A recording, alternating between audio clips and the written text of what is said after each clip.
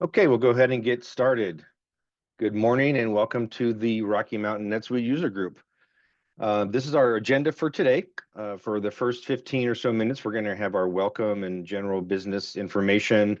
Then we'll have our member announcements. So during this time, you'll have an opportunity to make an announcement for a job posting or a job search, that type of thing, anything related to NetSuite. Then from 8:45 to 8:55, we're going to hear from our meeting sponsor, NetGain. And then our main presentation today is NetSuite Workflows, and that'll be for about 2 hours. And that's presented by Matt Ballas from RSM. And then after that, we'll have our tips and tricks with Mike Kackline. And then we'll have our open forum up until 12, if it lasts that long, if everybody has questions that we can help. That open forum is a time for us to help each other as a group. It's not just board members answering questions, so it's a great time to ask any questions that you have that NetSuite related that you can't solve, or problems, or see if anybody else has experienced the same thing you're experiencing, that type of thing. So make sure you stick around for our open forum. So membership to the user group is free. You register at rmnsug.org. Once you register, that ensures that you get notification of upcoming meetings and events. It also gives you access to our LinkedIn forum. So if you are not a member, please sign up. Where to find us? We have a website. It is rmnsug.org. We're also on YouTube. You can go to YouTube and search RMNSUG or Rocky Mountain NetSuite user group. And then we also have our LinkedIn forum. That's the URL for our forum, but you can just go to LinkedIn and search for Rocky Mountain NetSuite user group, and we'll pop up there for you as well. So I just wanted to point out that we do record and post all of our previous meetings. We've been doing this for, I don't know, 7 or 8 years now. So we have the vast majority of our content recorded and posted on our website. And I'm just going to bring up our website here real quick, just to give you a little preview of what that looks like. So here's our website. You would go to the posts section, and then under the posts, we have all of our past meetings, and you can see the archives by month. You can also just scroll through like this, or if you want to search for a specific topic, we've probably done it at some point in time. So let's just say you want to find content on saved searches. So I just did a quick search. We have saved searches here, saved searches, saved searches, saved. We've done a lot of saved searches. And so all of this content is available to you for free. You just go in and watch it at your leisure. So that's our website, rmnsug.org. Go to posts once you get there. I want to take a minute to introduce our board of directors. We have a board of all volunteers, and we work behind the scenes to help make sure that this group runs smoothly. So thank you to all of our board members. So starting on the left, that's me. I'm Corey Anderson. I'm with Stratos ERP Partners. Then we have Dana Larson right here in the blue coat of Dana Larson Consulting. And then in the front, we have our speaker chair, Peggy Evleth, and Dana is our treasurer, by the way. And then in the back here is Mike Kackline. He's our communications chair, and we'll hear from him with our tips and tricks a little bit later today. And then we have our our sponsorship and member chair, Margie Cominos of Plant Scan Corporation. So again, thank you to the board for everything that you do and all the work that you do to keep this group running. Also, I would like to say it's a special day. Happy birthday to our board member, Dana Larson. It's easy for me to remember Dana's birthday because she has the same birthday as my youngest son. He just turned 16 today, and Dana just turned. What? Wait, what? Just kidding. I'm not going to say that. I'm laughing. Thank you very much. I appreciate it. Yeah, happy birthday, Dana. Thanks. All right. And we'll go ahead and move on. So we have our happy hour coming up. Our next happy hour is going to be Thursday, June 27th from 5 to 8 p.m. It's going to be in the Southeast Denver area near I-25 in Arapahoe. And we will be sending out RSVPs for that event coming up in the next week or so here. What we do there is we give out free food, drinks, and it's great networking. So if you're in the Denver area and you're able to make this happy hour, we'd love to see you in person and chat about NetSuite or anything else for that matter. So keep an eye out for the RSVP emails coming up for our happy hour event. So we have Sweet World coming up. It's a short, I think 5 months away from now, or 4 months. It's 4 months now from now. It's a little bit earlier this year. It is going to be in the same location at Caesar's Forum in Las Vegas. It is September 9th through 12th. That is a Monday through a Thursday. And they're doing something a little bit different this time where they're doing a keynote session on the evening or the early evening of Monday the 9th. Typically, they don't really do any conference stuff on the 9th, but they're kind of expanding everything so that there's more content and more stuff. So just be aware of that. If you're going to be going to Sweet World, you might want to consider making sure you're there for the evening of the 9th and that keynote speech from, I think Evan is going to be doing that. So currently there is a $300 discount available. That's just NetSuite's early registration discount. They say there's 500 tickets available with that discounted price. And all you do is just search for Sweet World 2024. And then you go to sign me up. And then I think that discount is automatically going to be applied. After that discount expires, we will have a limited number of discount codes for the user group. The discount will be the same. It'll give you a $300 discount. But we're going to wait to give those out until the NetSuite discount expires. If it expires and you decide that you want to sign up for Sweet World, then you can send an email to info@rmnsug.org. And I'll send you the code for the NetSuite discount if we have them available. Again, we have a limited number of them, so please email us and let us know if you need that discount code. All right, so I'm going to take a couple, or probably just a minute here for our member announcements. You can unmute yourself and basically make your announcement. You could also post them in the chat window. You can post them on our LinkedIn forum as well. So I'll just wait just a minute. If anybody has any announcements, any job openings or job searches, anything NetSuite related, I'll give you just a moment here to make that announcement.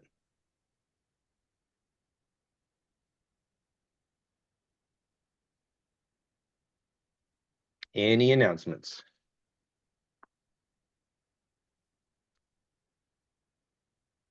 Okay.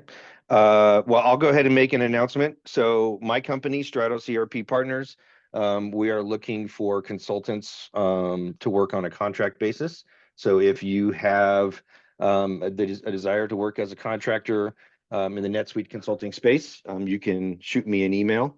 My contact information is available through LinkedIn. So any other announcements? Quick one too, Corey. Yeah. I know someone who's looking for entry level NetSuite, maybe like ARAP clerk type work. So if you're looking for anybody, let me know and I'll get you in touch with them. That's a great point, because I actually that reminds me is that one of my clients is also going to be looking for an accounting and revenue manager, and so that position will probably be coming open in the next couple of weeks. So if anybody's looking for a new role, and they are obviously NetSuite company, NetSuite users, and looking for accounting and revenue manager. Okay, last chance. Any other announcements? All right. If you think of something later on, you can post it in the chat window. And then you can also go to our LinkedIn forum and post something there. So we'll go ahead and move on. Evaluations, we send out evaluations the same day as the meeting. Please take a few moments to let us know how we're doing. We do read and act on the feedback from those evaluations. The most important thing for us is future content ideas. We do have a rotating schedule of content, but we always have open slots for new content, new meeting ideas. And even if it's not like a full meeting idea, like it may not take up a full meeting, if you have something that you want to have a short presentation on, maybe 15, 20, 30 minutes, something like that, then you can put that in the evaluation. That helps us figure out what to do in the future. All right, we'll go ahead and move on. So just a reminder, please use the same email to RSVP as the email that you received the meeting invite. We try to maintain individual member records. So we do use a production NetSuite account to run the user group, and we try to maintain or clean up our duplicate member records. So if you receive multiple invites to the meeting, please email RSVP@rmnsug.org, and we'll have the extra email addresses inactivated, or we'll merge your customer or your member records. Meeting sponsorship. So our meetings are sponsored by or supported by 2 levels of sponsorship. The cost of meetings is free to you, the members, but it is supported by our sponsors. We have Suite App sponsors and consulting sponsors. Suite App sponsors must be available through suiteapp.com, and consulting sponsors must offer NetSuite consulting services and have certified NetSuite consultants on staff. If you or your company are interested in sponsoring, you can learn more at rmnsug.org/sponsorship. We offer CPE credits for these meetings. There will be polling questions throughout the meeting that you must answer to be eligible for the credits. You must have also registered for the Zoom meeting with your first name, last name, and email address. And I'd also like to say a huge thank you to Peggy Evleth and RSMUS for sponsoring the CPE credits. And so just in case you don't know what CPE credits are for, they stand for Continuing Professional Education. And these are typically required for CPAs to maintain their CPA status, and they have to have a certain number of CPE credits every year, those continuing education credits. And if you're not a CPA, you can still get the CPE credits, but it doesn't necessarily do anything for you, or it may not matter. And I do know that some companies require their employees to get a certain number of CPE credits each year, even if they're not a CPA. And that just ensures that folks are always learning something new as they go through their career. Corey, I just want to add one note. It was sent out in the information when you were registering, but you must enter your first and last name in order to get the CPE certificate. If you've only entered your first name, you are not going to get it. So for those of you that registered only with your first name or some other just, last name and no first name, please go back and re-register, and then come back into the meeting if you require those CPE credits. Additionally, if you do not care about getting a CPE credit and you did put your first and last name, don't answer the polling questions, because you will get a certificate whether you wanted to or not. Okay, that's it. Thanks. Or you can still answer the questions just to see if you got them right or not. Thanks, Margie. So our upcoming meetings, we have a special event coming up in June. This will be our intercompany transactions and eliminations meeting. This is a short meeting. It's a 1-hour presentation. It'll be presented by Peggy from RSM. We were planning on doing this last month, but we just had too much going on. So we pushed it to June, and we'll be sending out meeting invites for that one coming up here pretty soon as well. Then we have July. We'll have our NetSuite Basics, otherwise known as NetSuite 101. That'll be presented by Dana of Dana Larson Consulting. Then in September is Customizing NetSuite, and I will be presenting that one. That's going to be all about custom fields, records, forms, doing all kinds of fun customization that NetSuite offers. Then in November, we'll have scripting for non-scripters, and then we'll also have our Suite World update. And actually, we may have our Suite World update in September, now that I think about it. We'll have to look at that timing. Anyway, the scripting for non-scripters will be presented by our own board member, Mike Cackline. So at this time, I'd like to say thank you to our consulting sponsor today. Our consulting sponsor is RSM. RSM is the leading provider of assurance, tax, and consulting services to the middle market, with over 13,000 professionals across the US and Canada and a global presence in 123 countries. Our purpose is to deliver the power of being understood to our clients, colleagues, and communities. As first choice advisors, we are focused on developing leading professionals and innovative services to meet our clients' evolving needs in today's ever-changing business environment. So again, thank you, RSM, for sponsoring our meeting, and thank you for continually sponsoring our CPE credits. Also, I'd like to have a big thank you to our Suite App sponsor today, NetGain. And at this point, I'm going to turn it over to Casey Stewart from NetGain, and we're going to hear about what NetGain can do for you for about 10 minutes. So I'll stop sharing, and Casey, you can take it from here. Thank you very much, Corey.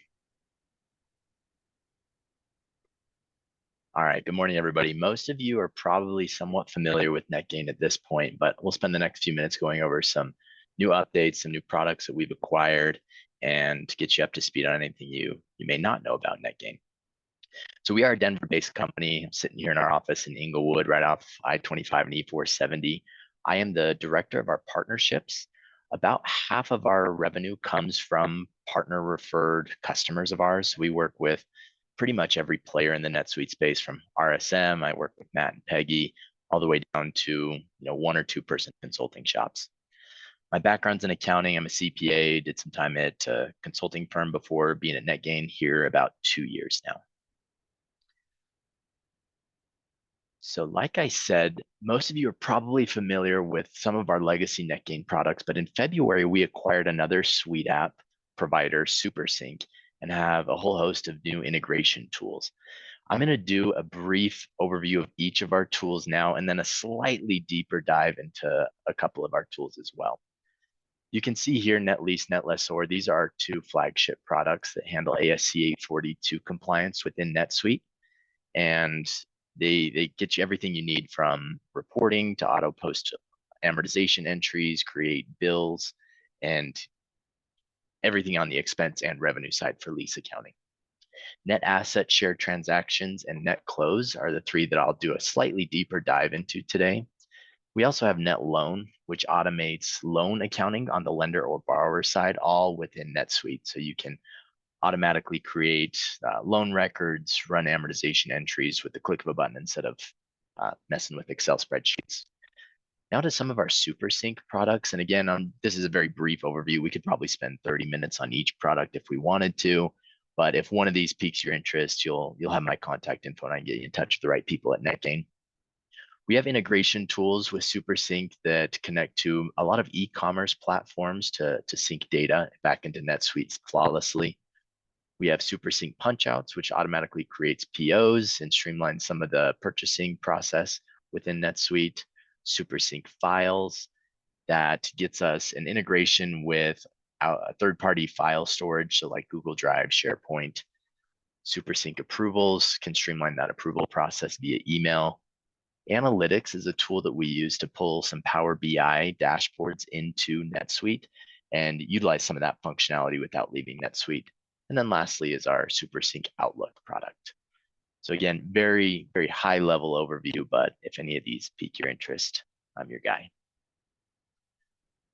To jump a little bit more into net assets. So there was actually a NetSuite FAM, NetSuite user group presentation a few months back that Sarah Muha from RSM did. And she even gave us a little plug for net asset.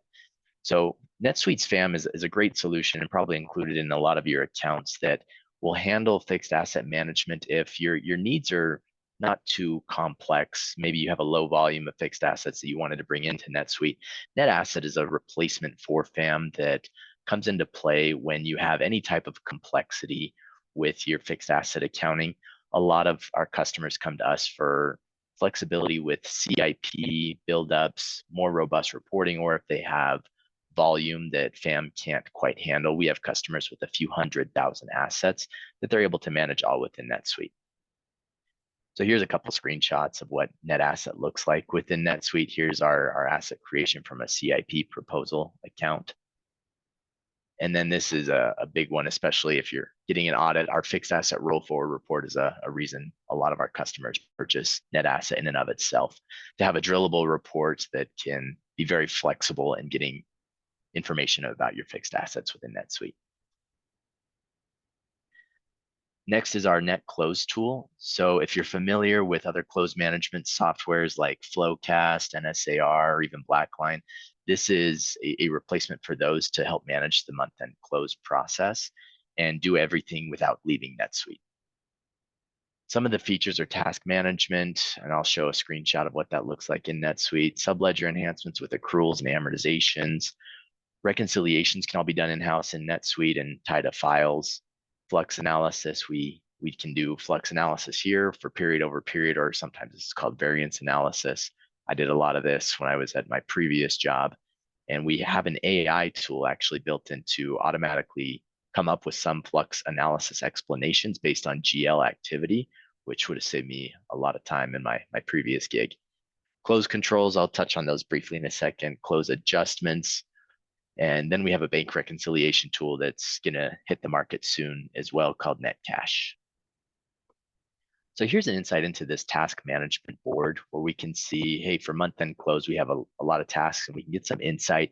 Instead of looking at a Excel spreadsheet, we can have all of our tasks with assignees, reviewers, step-by-step instructions, and any blockers can be all listed here in NetSuite.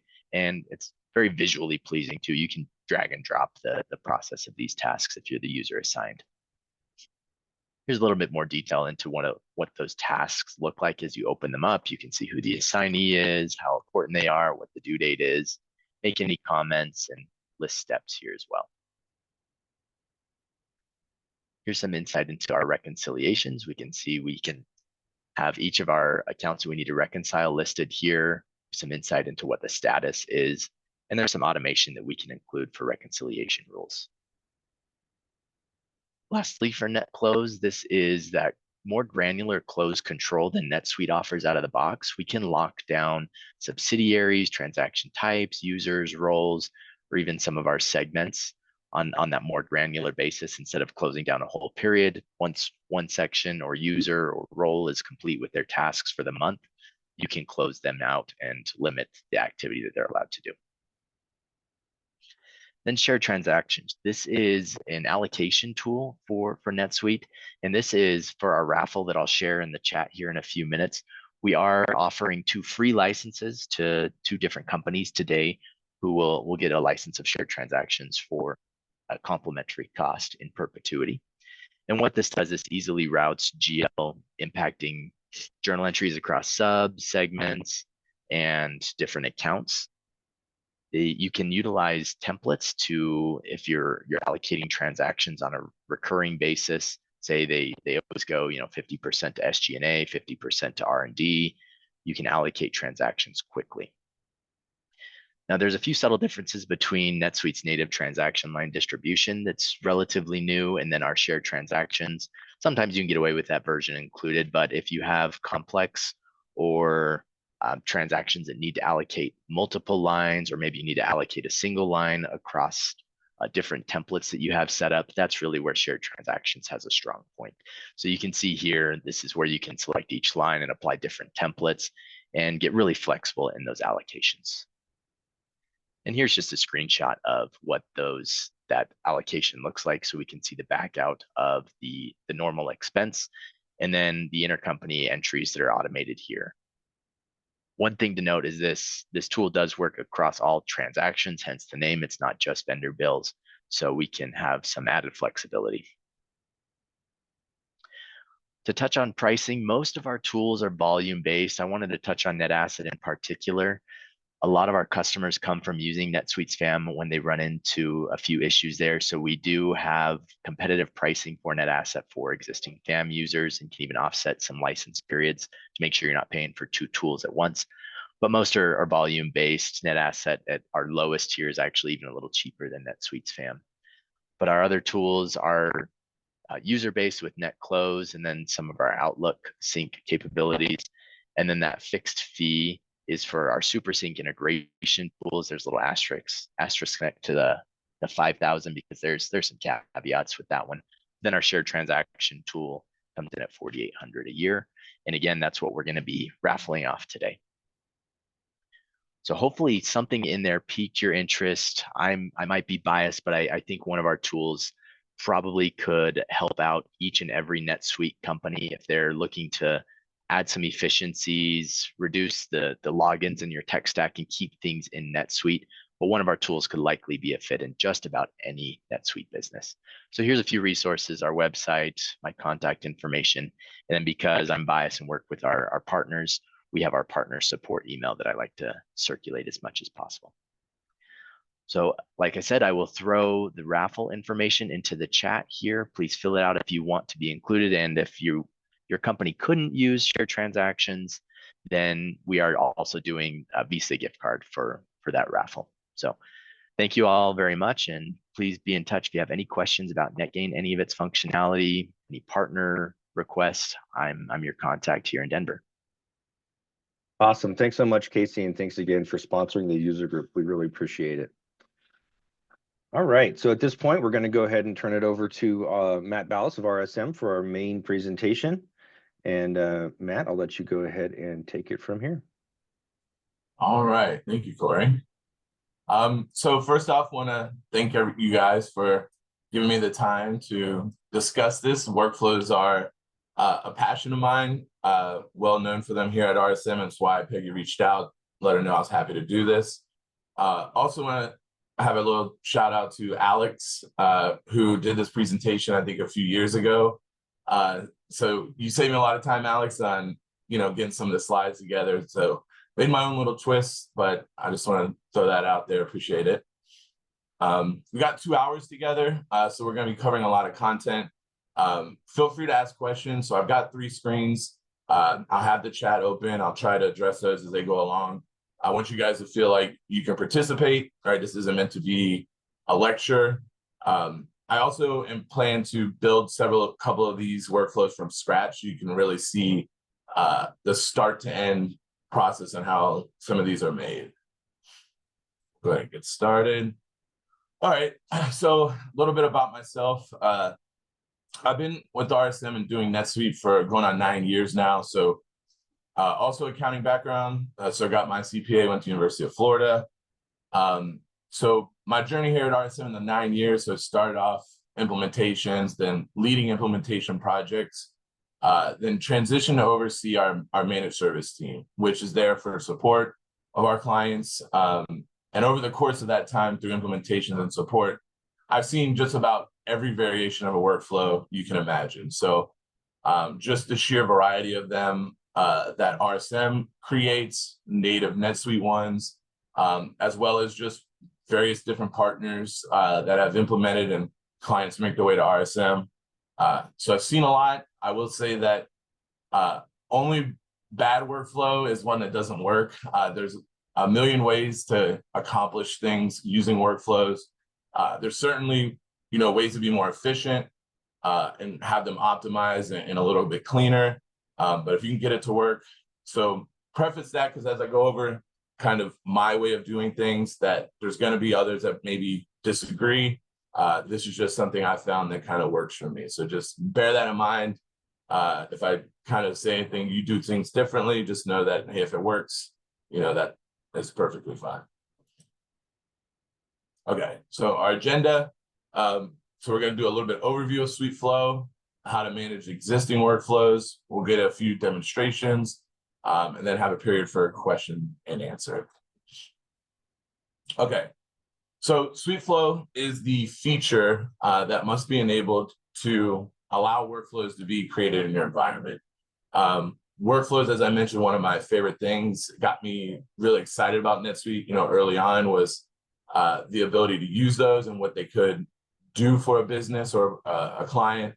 It allows really automation, right, of tasks that are manual, repeatable, but also it doesn't require any kind of scripting knowledge, right? I don't know any coding whatsoever, but I've been able to do some really slick things as far as customizing NetSuite using workflows. And so gives you that kind of feel that you are a developer without actually having to know Java or anything like that. So the audience of them, right? So users, depending on kind of what transaction type you deploy it to, they've got that permissions and they're kind of an audience that workflows will run on. But then you also have users that create and view. Typically admins or super users are the ones that kind of manage them. They're really complex. Oftentimes, right, there's not version control. It's not very good. So if too many people have access, then, you know, you run that risk of people making changes, right? And then there is no, hey, go back to the way it was before. So you do want to kind of limit, you know, who has access to these. They have a broad range of uses, right? So common one, you know, transaction approvals is super common, whether it's journal entry, which just about every company has some form of an approval process for journals, data entry validation. So based on conditions, right, you know, is this a valid value in this field based on other maybe attributes on that record? You can set things on a defined schedule, right? So if you want to stamp values daily or nightly to record those for reporting reasons, they're able to do that. Display type is common, but we'll also talk about, you know, how forms can also be leveraged for that. A lot of emails, right, from reminders or as a component of an approval workflow. Buttons, they're also used as a form of additional control, right? So those of you that, you know, maybe are under audit or review, you know, there's an extensive role analysis that is done based on permissions, right? And so what sits on top of permissions, right? So you can have multiple users that can have approved journal entry, right? But a workflow acts as a form of a mitigating control. So workflows can help solve, you know, gaps where multiple people can create and approve, but a workflow could say, hey, you can't approve your own, right? So it's another layer of a control for, you know, audit reasons or just, you know, maintaining segregation of duties. All right, so the famous debate, right, between workflows and scripts, they both have their strengths and capabilities, right? So scripts can handle, you know, more complex requirements. So they can tend to be able to access like independent tables, right? So searches, workflows, we're kind of constrained to record must be related. Scripts can call on separate tables if needed, so multiple joins. Or really, you know, unique requirements, script, or simply the field's not available, right? That's when I ran into workflows, sometimes not the field that you want to interact with. I mean, NetSuite's super random, as many of you probably know. The field will be on the form, you stare right at it, and you go to the workflow and it's not there, right? So you can't access it for whatever reason, and then you're left with needing a script to kind of perform that. And scripting also has, you know, much better version control, right? So developers, you know, they're able to stage, you know, 1.1, 1.2 as changes are made. You know, they can revert back easily to those. So another benefit of scripts. Whereas workflows are much more accessible, right? They're less complex. You can do it in the UI, right? I always say it's kind of visualize it, right? So a workflow is easy to kind of, as you're walking through it with clients or users, it's like a Visio flow, right? You can actually visualize what's happening to the record in a workflow, versus a script, you know, you're not so much. But also you're going to have a lot more support. So groups like this are able to kind of help you out. There's a much broader user base that uses workflows, so a more collaborative environment where you can ask questions and get support. You know, more functional people, right? I always want to start with the workflow versus a script. Developers, they just want to script everything, right? A very easy workflow turns into a user event, something like that. Now, the difference between those, while both may be fine, workflows tend to not break during releases, right? If you're using native NetSuite, you know, it's not going to break. In the years I've been doing this, multiple releases and hundreds and thousands of clients, like, I've never had a release break a workflow, right? But scripting, absolutely. That can happen, right? Because that's custom on top. So by trying to stick more to native NetSuite, you do limit your exposure to potential breaks on releases.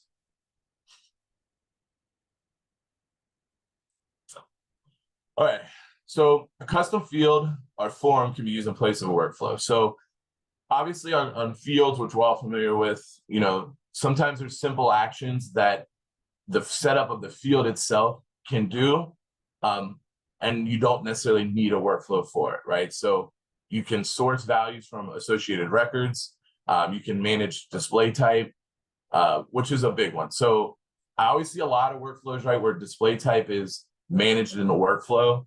And I find that just adds a lot more complexity. So especially if there's multiple states, you have to do the display type in each and every state, right? Which to me, it adds more noise to the workflow. So they're already complex enough. We don't need a bunch of actions in there that really can just be solved by managing the field or just changing the form, right? So common one, approval status, right?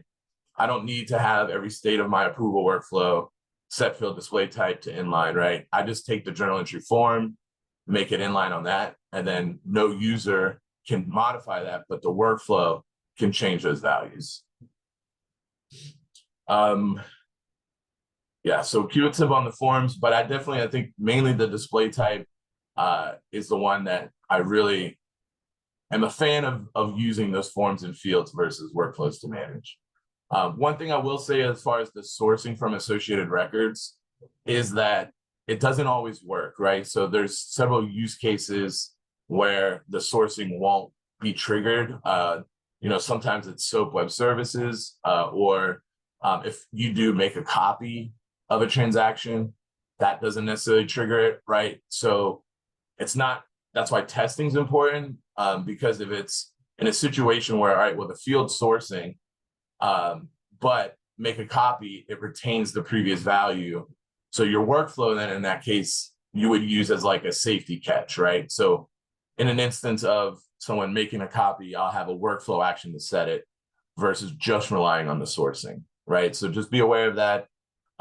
It is something that will come up, and just know that the workflow could just be there as your kind of backup to ensure that that field is set accurately. Okay. So you choose the best fit, right? So as I mentioned, for things like managing display type, right, we can just settle on the field or form. A workflow maybe is useful, as I mentioned, as a catch-all or going through a script, right? But it's important to kind of consider, what is the requirement and then what makes the most business sense.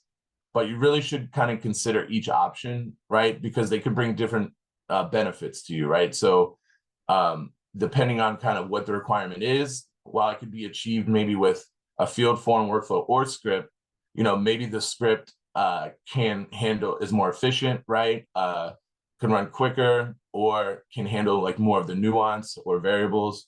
So you do want to kind of think through each option before you reach kind of your final decision. Like don't just default, to one or the other without kind of giving consideration.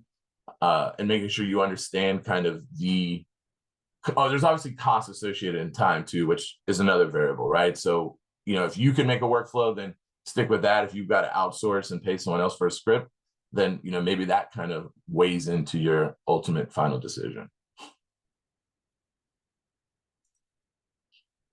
All right, we're going to go to managing existing workflows. All right, so you have the workflow list in NetSuite that you can customize. You got some native filters on record type, owner, the release status if it's from a different bundle, and I'll pull this up. Is that, yeah, maximize, okay. All right, so if you go to workflows, so as you're familiar, if you're in the admin role, right, customization workflows, you click on the word, it'll take you to your list. Now, some environments, right, you can have hundreds of workflows, right? So while record type is useful, the native one, but the only option here, right, is just transaction, right? So then that doesn't really help narrow it down for me. So one that I really like to use, right, is this sub-record type. So we can customize this. You can just add sub-record, record type as an option, sub-record type. And then also I want to put on is the trigger on create or trigger on update. And the reason for that, and I also talk about like naming convention, I also think is important. But adding the subrecord type, I did not save, but that's okay. So the subrecord type will help narrow it down, right? So if I really want to focus on, well, transaction got me down to 40, if I want to know which workflows are running on journal entries, right, now I can filter this list down even further. Now those two the checkboxes for run on create or update didn't add themselves, but one thing that is not available on here to note is which ones are scheduled. So I'm a fan of like putting the word scheduled in the name of your workflow to make it easier to understand like which ones are running on a scheduled basis. So we'll get into kind of troubleshooting here in a minute, but it will kind of help you to know which ones are actually running when users interact with the record versus which ones are kind of running on a scheduled basis. And since it's not a filter, you know, while you could potentially try like trigger on create as no and on update as no, to also try to get to the same answer, I think just also naming it just kind of makes it easy to see. All right. All right, so workflow definition, attributes for the entire workflow, right? So workflows, you're gonna specify what transaction type it runs on. So the record type, I would say. So it can only run on one record type, but you also see there, you've got multiple subtypes it can be deployed to. So whether it's an item workflow, right, you can deploy it to non-inventory, inventory, kits, or in this case, transactions, right? You can deploy something to sales orders and invoices. I do recommend though, when I'm not a huge fan of like building one out that deployed to multiple record types and then trying to manage the types within the workflow, it can get a little bit convoluted. So if you have something that's like an approval that you like that's on an invoice, you want something similar on your sales order, you know, easy just to make a copy of that same approval, just deploy that to sales order. You've got all the same actions in there. That way, if something arises where there's a unique or specific requirement that you need just on sales orders, right, you're not having to risk that, you know, that could impact your invoice flow as well. I'm actually going to pull one up. All right, so we talked about the record type. We'll go to like transaction. You know, naming your workflow, you know, naming convention is always useful, as well as a description, right? Because when you're viewing your list of workflows, you know, being able to see that and determine like, what is this trying to accomplish? And also like, I do recommend like trying to consolidate workflows. So not building workflows for every time you have a new requirement, going and creating a new one. So if you have one that's like interacts with sales orders when saved, right, or something like that, then if you have a new requirement, right, you can easily kind of identify a workflow that you can add to versus creating a new one, right? So you don't want dozens of workflows running on the same transaction if you can kind of keep it consolidated. All right, so the owner is important, more so for when it comes to workflow status, release status, as far as testing. So when the release status here, we'll kind of, there's 4, which we'll talk about here in a second. And so the owner has an implication as far as one of these status is concerned. But I want to talk about this execute as admin, right? So this is super common to see checked. And the reason that this is used, as far as I'm concerned, right, there might be many reasons, right, is to get around permissions issues. So if there's a complex workflow that's interacting with multiple records, maybe it's triggering a script or something that you might, during testing, you might run into where the user, you know, hits approve or something, and then boom, it triggers some unexpected error, right? The famous error or permissions issue. But then you might consider what that permission is and say that, no, we don't want this user to have that permission, right? That will be a segregation of duties violation. So execute as admin will essentially say, regardless of the user's role, the workflow itself, anything that the workflow does will do in the role of the administrator, right? But the downside of that is system notes. So when this is checked, if I'm a controller and I hit approve on a journal entry with the workflow this is checked, under system notes, it's going to say my role was admin. So be cognizant of that, because there's auditors will request, I want all admin activity, right? And so you write a system note search, any role where the user was an admin, you're going to get hundreds of thousands of results, right? Because most workflows are set as this. And so it's going to appear like the user did it under admin. So just be cognizant of that. Like, it's not always required. So if you can get through your use cases and testing of a workflow without running into permissions issues, then you can leave this unchecked, right? But if you go through and it is required, then there's other reports you provide to auditors to kind of support that, hey, that controller doesn't have admin and never did. And you'll have to do that as kind of supplemental support for any kind of audit logs that they request when this is checked. So it's very important. I feel like most people that create workflows, this is the first thing they check, right? It's checked by default. And while it doesn't appear to cause any issues, really the only downside of it is the noise it causes for auditors.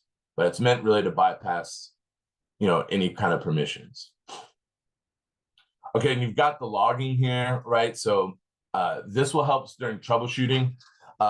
And so, like, if you could say only when testing, or always record it, or never.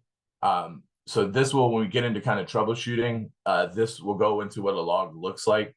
But until you're confident that your workflow is working correctly, you should leave the testing or the logging on, right? By checking this, and then keep the history. So that way you can go in and kind of see what's happening. But, if everything's working smoothly, feel free to uncheck this. I mean, they say that it does impact performance when it's on.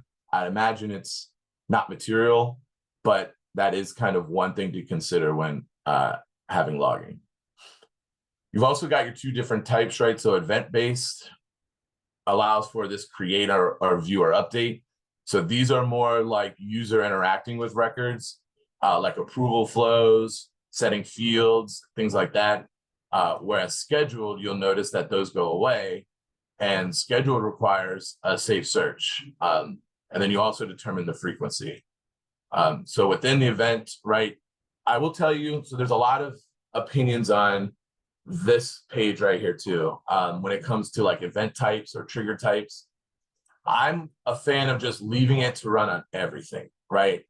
Because if you set up your workflow and it's constrained at the workflow itself, before you begin testing even, and set up your states and your actions, and you're starting to test, it becomes very difficult to determine, did you make a mistake, in your workflow, or was it the workflow itself that's causing it, right? So by leaving this kind of wide open, then you can manage the context and the trigger types within the workflow itself as far as your actions are concerned. There are some valid use cases, right? As far as maybe you don't want this to run until the record's saved or something like that. But my opinion is, I don't have any issues with always leaving this as all. And then I manage the trigger and context and things like that within my actions. Now, conditions, absolutely, right? So we only want this approval workflow to run on this subsidiary, right? Or in this situation. So you will use conditions quite a bit to determine where your workflow runs on. But I will caution you, right, on safe search conditions here, because safe search conditions require that the record actually exists already, right? So if that's the condition, right? If I load a record, it's not going to consider this condition until my record's saved, which could then impact some of your actions, right? So avoid it if you can, but obviously it's required for scheduled. And then context is important too. So, hey, we don't want this approval flow, or we don't want this to run when our integrated transactions, right? So coming over, if it comes from SOAP, we don't want this workflow to run on that. So you could simply determine the context that is being used, right? And just deselect it, in which case any record that was created, right, by SOAP Web Services would not enter this workflow. Okay.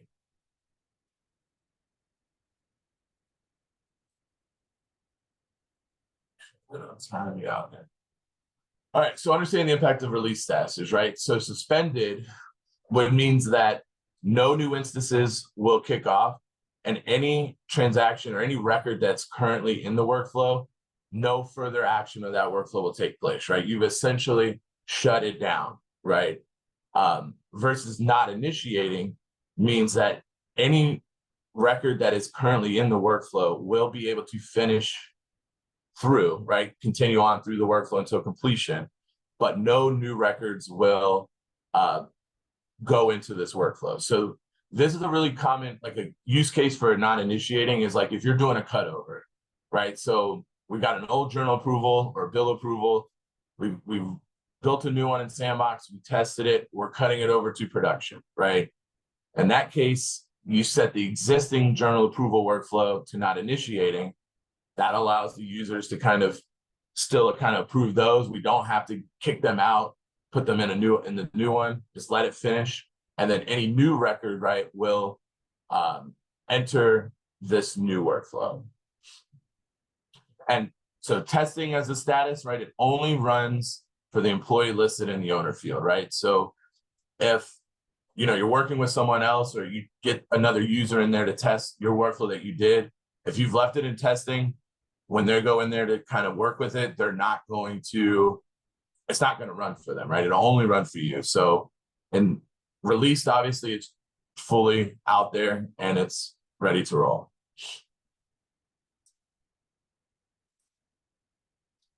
All right, so workflow instant for safe searches. So this is useful, especially for like troubleshooting, that you can pull in kind of the current state of a record, right? So, as far as investigating maybe like an issue or something that's happening, it's useful to know like where those records are sitting, right? Especially in like multi-tiered approval workflows, right? So in this case here, so I made one for this. Actually, I'll show you how it's done too, right? So you can add like in the criteria is like what transaction type and what workflow am I really kind of focused on or concerned with? So zero in on that, right? And then in the results, I want to see what the current state is, right? So the intention is like, you can kind of troubleshoot, right? So if it's in pending approval, the approval states this, but then you see something here, right? Where, hey, this approval status is approved, but this journal is in a different state, right? Like that shouldn't happen. So this is common, like to identify issues, to know, maybe you don't build it where, hey, if it's in approval status is approved and it's in approved state, I don't want to see it. Same for pending. You could build this to kind of be a troubleshooting report, but also it's really useful for reminders. So if you've got, a 5-stage approval workflow, right? If I'm in the approval status is pending throughout all 5 states until the final state. But if I got to make a reminder for people in step 3, you've got 2 options, right? One thing to do is you create a custom field on the record that says like approval stage is one use case I use. If you want the user to kind of see, right? So if a bill pending approval, pending AP approval is a custom list field that you can add on the bill. And as it moves through those 4 states in the bill approval, all right, AP approved it, it's still pending approval. Now it's pending controller approval, right? That approval stage can be used then for reminders and also a visual for these users to know where this bill is in that step and reminders. Or you can use current state also to build your reminders.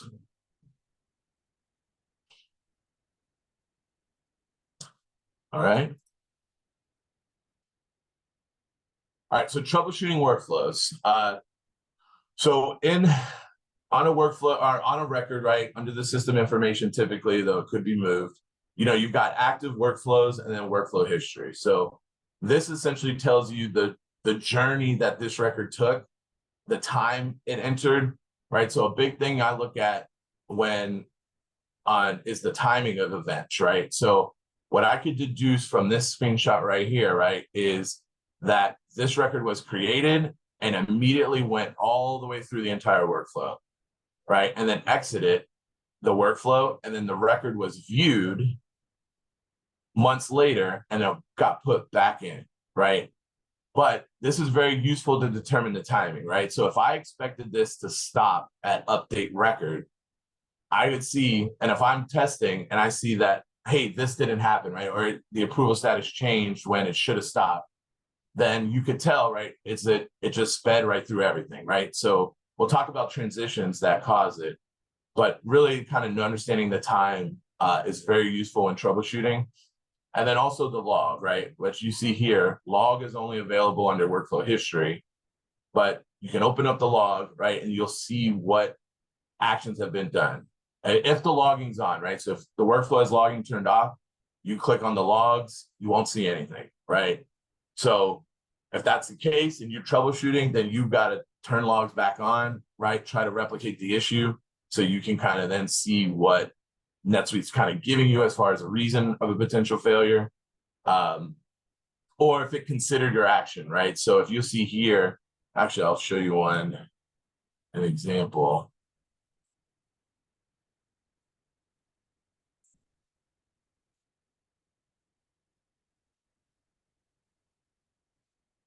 But you can expand, right? And if it's in that it meets the condition, it'll execute. Whereas if it is considering actions, right? Now, if I say show rejected, so these grayed out means that, hey, this condition was false, right? So if you were expecting it to change the approval status, right? Set field value with approval status, and it failed, then you know that you have to, it'll tell you, right? Your condition is false. So you know that something's wrong with your condition and you need to go back.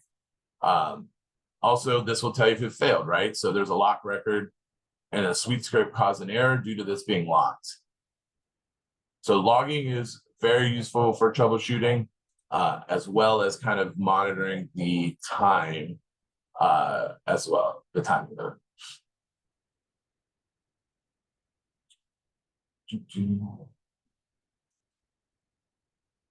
Okay, so you can also cancel workflows. So if something's like problematic, right, or you need to kick it back out and get it back into the workflow in the beginning state, admins are able to then cancel the workflow on the record. But be very cognizant, right? If the workflow is set to only run on create, and then you cancel the workflow, you're not going to be able to get that record back into the workflow unless you check run on view or update, right? So there's been instances, right? I cancel, I need to get back in. I'll go change the workflow, run on view or update, go view the record. All right, now you're back in the beginning start state. Go back to the workflow, flip it back to create, and then you can push it through. Because once you cancel it, right, if it's viewer update's not run, then it's just out of the workflow altogether. You can also, you run mass updates. This, very rarely do I do this, right?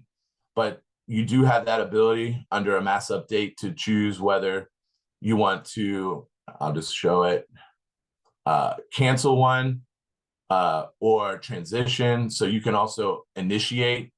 We'll talk about scheduled, right? But if there's a scheduled workflow that you want to test, this is one way in which you can kick it off, right? Is to initiate it. You can also bulk cancel workflow if needed. I've never really had to use this, right? Instead of one-off canceling, I tend to do that not initiating as a cutover versus cancel everything and then try to figure out how you're going to get all of these other records into the new one and in the correct state. That's going to be a lot harder to kind of manage. So those are ways you can kind of cancel or push trigger different workflows, different methods using mass update or canceling a single instance. All right, scripted records. So this is really my go-to location for troubleshooting. So scripted records shows you really everything that's running on a given record type, all right, with the exception of MapReduce and scheduled scripts. So there's a scheduled script out there that runs on invoices. It's not going to show up under the scripted records because technically they can run on multiple record types, right? So, but it will tell you user event, client scripts, workflows, and forms that are impacting a given record. Actually want to pull this up. So it's under customization, scripting, scripted records. And I'll show you on a journal entry, right? So if you open this up, So you can have a lot, right? So when you're testing a workflow, right, one of the important things is like, well, sometimes you're just getting unexpected errors, right? Or you're running into issues, or behavior's not, it's not doing what you would expect based on your workflow, right? That could mean that it's conflicting with a script that's out there.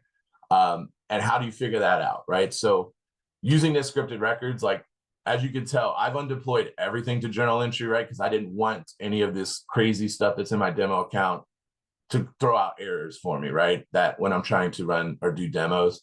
But if I'm trying to troubleshoot my workflow and I see that, all of these are checked, I keep getting an error, I have no idea which one it is. What I do is grab a screenshot of which ones are deployed. I undeploy everything. First, start with user event, right? They're the most common type of script that impacts our workflows, right? Less so client scripts. So start with user event, I undeploy everything. Does the record save? Yes. All right, I'll deploy these two back. Test it again, it worked, right? And then slowly redeploy everything until you can say, the fixed asset, this script right here is the one, when everything else is redeployed, that's the one that is causing my error, right? So then you can investigate to see why, adjust the script, leave it undeployed. Localization, which this demo account has a bunch of, are really common. Hey, I don't need Japan localization to run on a journal. It keeps throwing issues. I'm going to just leave it undeployed. Now everything works. So very useful to kind of see what customizations are running on a given record type.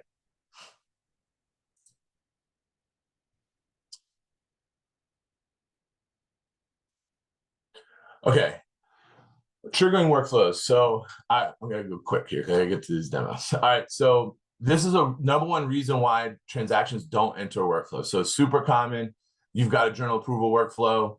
User, hey, my journal didn't submit for approval, right? Well, you imported that journal, in which case, and you did not have that setting checked, which is under setup, import, CSV import preferences, right? You want this run server suite scripts and trigger workflows set by default, right? So when users go in there and import things, then it'll make sure that it enters our workflow, right? If this is not checked, then, hey, I just imported 100 bills.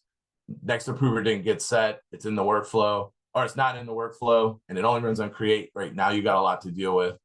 And by checking this, that does not update saved imports that users already have, right? So then you could check this, that'll impact new imports that are created. But if there's an existing saved one, you'll have to get their template, go through it, make sure this is checked, and then save it. And then they can continue to use it. So very important to set that. It's a global setting. So if that's checked, unless the user has the permission, set up CSV preferences or something, in absence of that permission, these advanced options are grayed out. But admins can flag it on an individual, but if that checkbox was checked from the beginning and users don't have that permission, then every saved import created from then on, right, it'll be checked by default. Okay, we got our first polling question. All right. I'm sorry. I'm going to pop up the poll while you read this so that people can actually answer it through the poll. So hang on one second. Hopefully we got it the same ones. Okay, there. That looks good. Okay. Which of the following is not a valid release status? Suspended, not initiating, testing, release, and active. All right, so we'll let this run for about a minute for everybody to answer the polling questions, especially if you need the CPE credits. About 30 seconds left.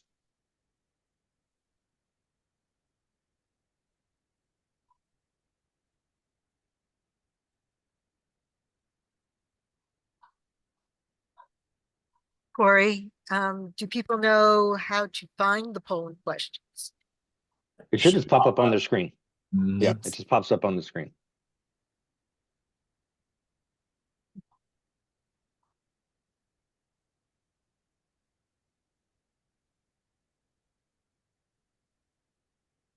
Okay, last chance to answer this question.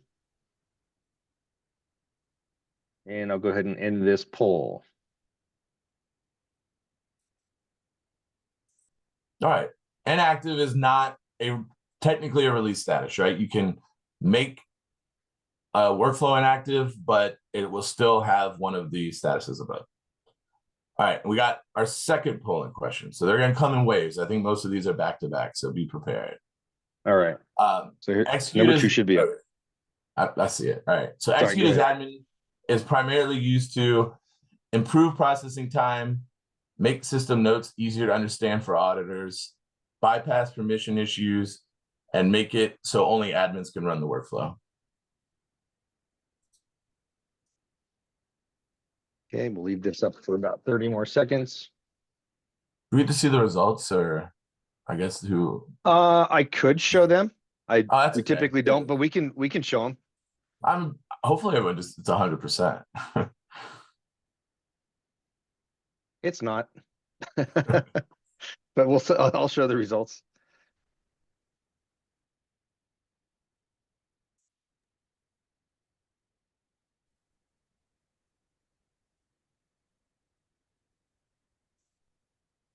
All right, about 5 seconds left.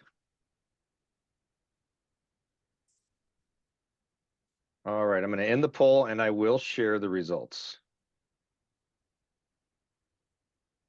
Okay, great. Most of you got it.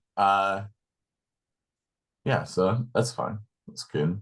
And the correct answer is? Oh, yeah. Bypass permissions issue. Yeah, so the auditor, I mean, that's why I was stressing the easier to understand for auditors. It does not. It makes things way more complicated. All right, now we're going to get into some demonstrations. So, it's really important before you begin creating a workflow, right, is to really think through the requirements, right? So don't you start just making it, right? Like talk it over. What are we trying to accomplish? What are the conditions, right? Role requirements, things like that, dollar thresholds, talk all that stuff out. And then also sketch it out, right? So if you can make a Visio flow, right, or Lucid chart, that easily translates to a workflow, right? Because that's essentially what a workflow is. So getting some kind of document together to really kind of think through and get consensus on before approaching it is going to help make more efficient. You also have these different trigger types, which, and I might go a little quick here because I want to get into some of the actual building of these. So I'm going to go into this slide, right? So it's important to understand like what's the server-based versus client, right? So these trigger types here are on the NetSuite server, right? So when I view a record, edit a record, I'm calling that record from the server to the user interface, right? Which is a client trigger, but these are server-based triggers. And they all have their different valid uses, which we can kind of talk about different ones in the future. Whereas these client scripts, right, it's like, as you see before edit, after edit, these are meant to happen while the user's interacting with the record, right? So more real time. So, all right, so we're going to do a workflow demo on data entry validation. So I'm going to build this with you guys, right? So it's going to be really quick, but what I'm going to do is on an opportunity, I'm going to make the reason, the close reason, close lost, right, mandatory. So I created a custom field that's called op close lost reason. So common request, right? Hey, if they picked loss, right, we want to know why and make it mandatory. All right. And so to do that, I'll show you how we can do that quickly. All right. So I'm going to go back here, clear this out. Remember, opportunities, it's not a transaction type. Just keep that in mind. Safe searches and workflows, that's the case. All right, so quickly here on the workflow setup, right? Just gave it a name. I execute as admin. I left it as release. The record type is opportunity. Now, technically, right, I don't need this on viewer update, and I'll explain that in a second. So I'm going to just get this to run on create, right? And I've got nothing else selected down here, right? I want this to go run on everything. All right. Now, in my workflow, right? So do not exit workflow. So if it's something where like anytime someone's interacting with the record, I want this to be the case, right? If you don't check do not exit workflow, what happens is you get huge system notes logs, right? Or like workflow history logs. So every time someone views it, it goes in and out of the workflow, in and out, whether or not you need it to or not. So I'm a fan, right, of just leaving it in. Now, some people may disagree, but this will mean that every opportunity is in this workflow. So if I ever need to do anything with fields on an opportunity, I could do it here because all opportunities are in this workflow and they're not leaving. So active workflow, it just stays as active all the time. All right, now we're gonna do couple actions here. So the first thing I wanna do, right, before I make it mandatory, is by default, it's disabled. So I need to make it undisabled, right? So I'm gonna say set field display type as my action. And then now this is where you get the trigger on, right? So I wanna do this while the user's interacting with the record. So I need after field edit, right? But you'll notice this is grayed out right now. But the second I select the trigger on as after field edit, this becomes available to select, right? And now I gotta find my status. Actually, I'm gonna make sure that that's like officially status and not, yeah.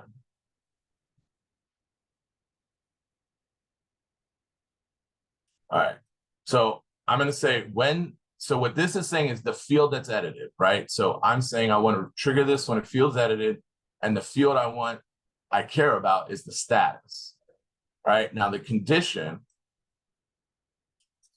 is gonna be status is any of, so it's not status, it's gonna be op status.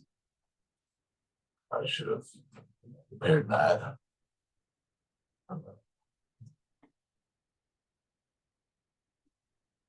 Get there in a minute.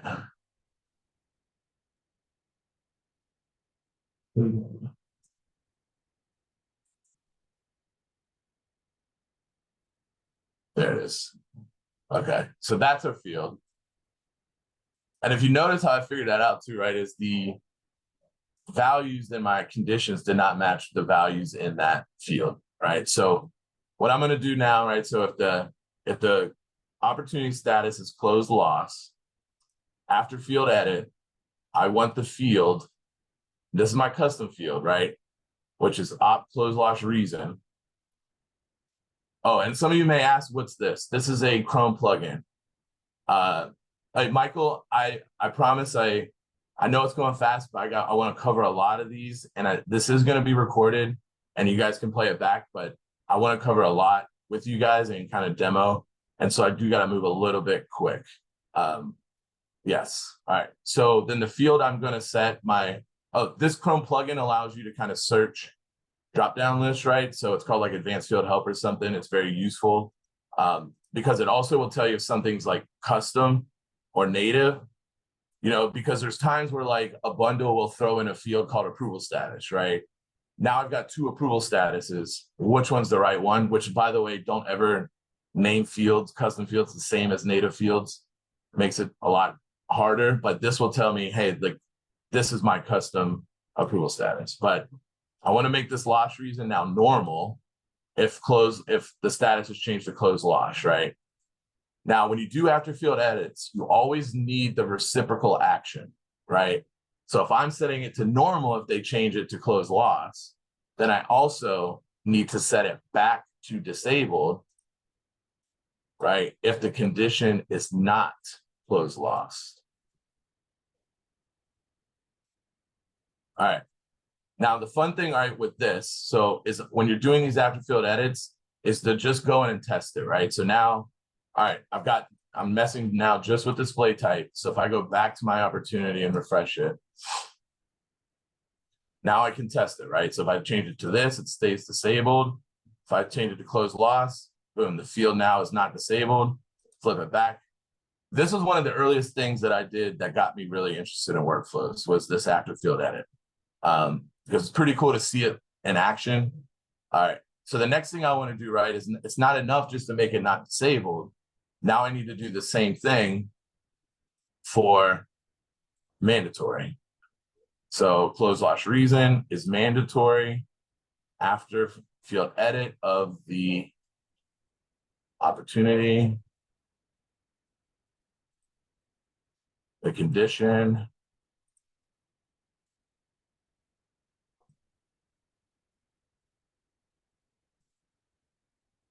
right? Now, as soon as I do this, save and copy, now I'm doing my reciprocal action, right? Because if you did not do this, right, then you could run into like an issue where then you flip the display type back to mandatory or to disabled, but the field's still mandatory.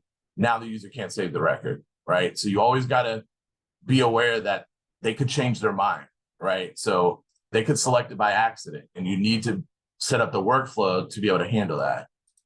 All right, now if I go back, close loss, now it's not only is it not disabled, it's also mandatory. Now there's one last little cleanup thing, right? So the next thing I'm going to do is, well, what if someone puts something in there, right? And then changes it. Oh, and now I can't change it out. So as a cleanup, I'm going to say set field value after field edit, opportunity status again, condition, submit status, any of those lost. Oh, none of. All right, so if they change it from close loss, I want to set that field to be null, right? So I want to say my opportunity estimate status, static value, and then just don't put anything. That means it's going to null that field out, right? So if I go back in here again, if I refresh, so these ones are the easiest to play around with, right? Because you could test real time, right? So as far as entry level, getting your feet wet with workflows, this is an easy one to play around with. Hey, build it, see if it works. And then you could just keep your record loaded like I'm doing and then test it out, right? So now if I put test in here again, if I flip it, oh. All right, see, this is why you test. Setting the wrong field. Close loss reason is null. Now I'll test it again.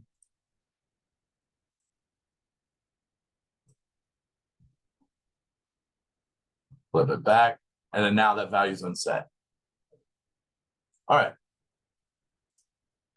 So that was the data validation demo. So built that from scratch, right? Real time with you guys on the call, like, and that's a valid use case, right? But there's tons of different use cases where you conditionally want to make things mandatory or change the display type.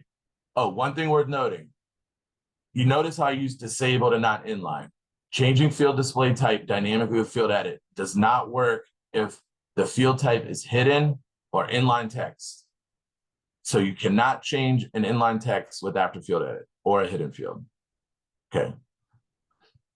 All right. Now, event, basically when to kick off, actually, we already kind of covered that. You've got, event-based or scheduled, which you covered earlier. All right, now this is another one I want to build from scratch that I feel like is going to be applicable to a lot of you guys. Now, should we do a break now, or should we, Corey, or power through the next demo and then take a break? Excuse me. We usually do it like at the top of the hour, so it's up to you. If you got 10 minutes of demo, then that's a good timing. Okay. All right. So we're gonna really common request, right? An easy way and an easy thing to automate, which is why I'm building this from scratch, is automation of the emailing of invoices, right? Something that I find so many clients are doing manually, right? Clicking it one by one. And what you'll see, it'll take me 10 minutes to do. You can build from scratch a process using a scheduled workflow to automate the emailing of invoices. So there's some information here, but we'll just kind of jump right in to our scheduled workflow demo. All right.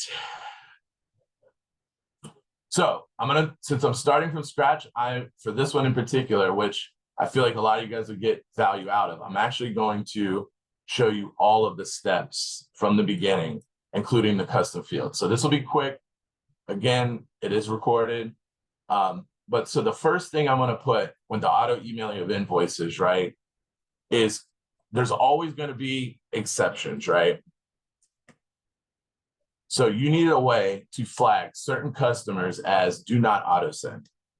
You don't, it's much easier to manage exceptions, right? So making this field negative to only check the ones you don't want it on than it is to leave it checked for everyone, right? So there's always, exceptions you have ability now to say that, these 5 customers are not included in this automation, right? So I'm gonna go ahead and add this field to the customer record. Make sure it's deployed to all, yep, all right, that's good.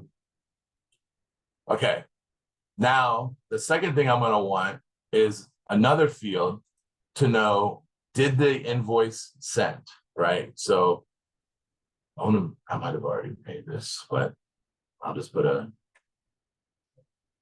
so invoice sent. Another checkbox, right, that you're going to deploy to sale. I like to throw it under the communication tab, right? I can make it disabled or inline because the workflow is not going to be impacted by either, right? Now I'm going to say apply to form. Good housekeeping step, right? Unmark all. You don't, too many times you see a field added that's for one record, right? And it's deployed to every sale type. So I only want this on invoices, so I'm only going to deploy this field to invoices. Okay, so now we've got, those are the only 2 configuration items that we need in order to achieve this. The next thing that we're going to do, right, is, as you guys recall, that scheduled safe search runs on a predefined population, right? So there's 2 ways that you auto email invoices, right? If you have an invoice approval process, then you can have a send email action in the approved state, right? So as soon as it's approved, it fires off. But that, a lot of clients don't have invoice. So then if users aren't interacting with invoices, right, how do these go out, right? So it's a scheduled workflow at that point because there's a defined population we need to perform an action on without the user initiating everything. So what we're going to do is we're going to create a search for this. It's going to be a transaction search. This search is going to be exclusively used for the criteria, or basically what transactions the workflow is running on. So naming convention is important. I like to prefix my searches that I use for workflows with WF, so I know what it's for. And then I'll say demo auto send invoices. It doesn't need to be public, but I'll just make it public just in case. But all right, so we're going to say the type. We want invoice.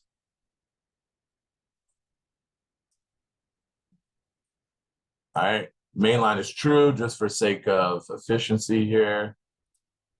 All right, the next thing we're going to say, and this is where this plugin is helpful, I can just go straight down to related records.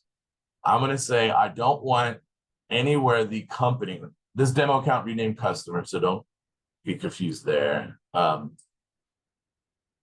Do not, oh no, wait, actually I think that's subsidiaries.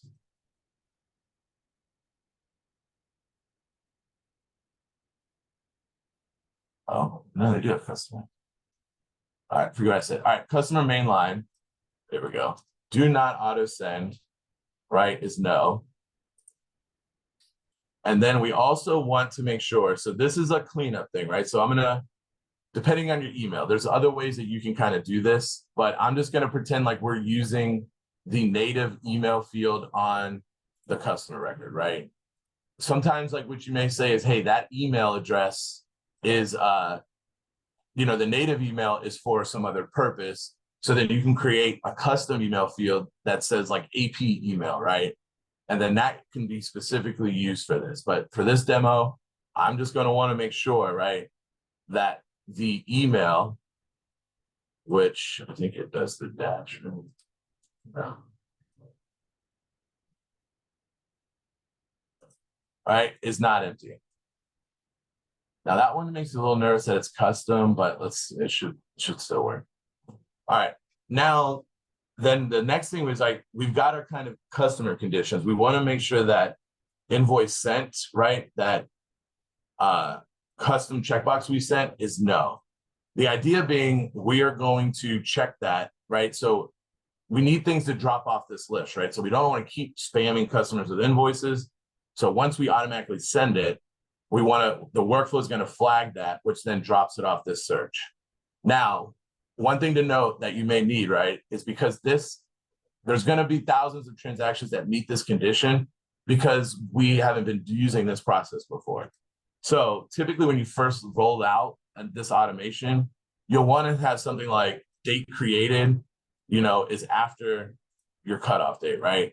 So that way, hey, we're not going to pick up any of the old stuff, but anything new, now that we've deployed this, is going to get picked up in this search. I'm going to bump this back because I think my sample I did was just in case. Yeah. All right. Now, results don't matter, right? So for a scheduled workflow, how many columns you have, what you have in the results doesn't matter. All that matters is that the record is returned as a result, right? Even if this I did mainline was not true and it returned all the rows, it would still run on the record once, right?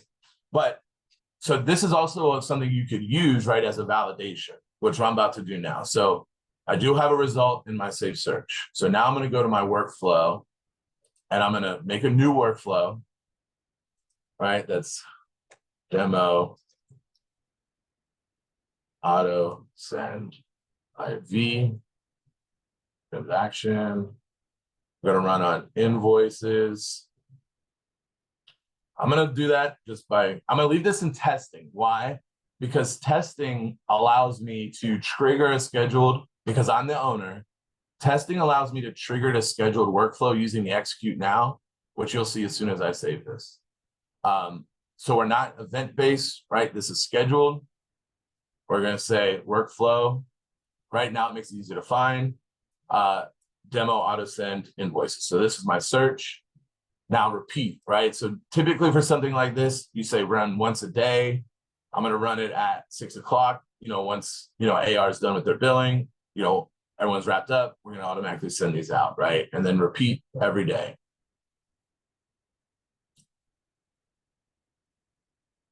Okay. So now in my workflow itself, right?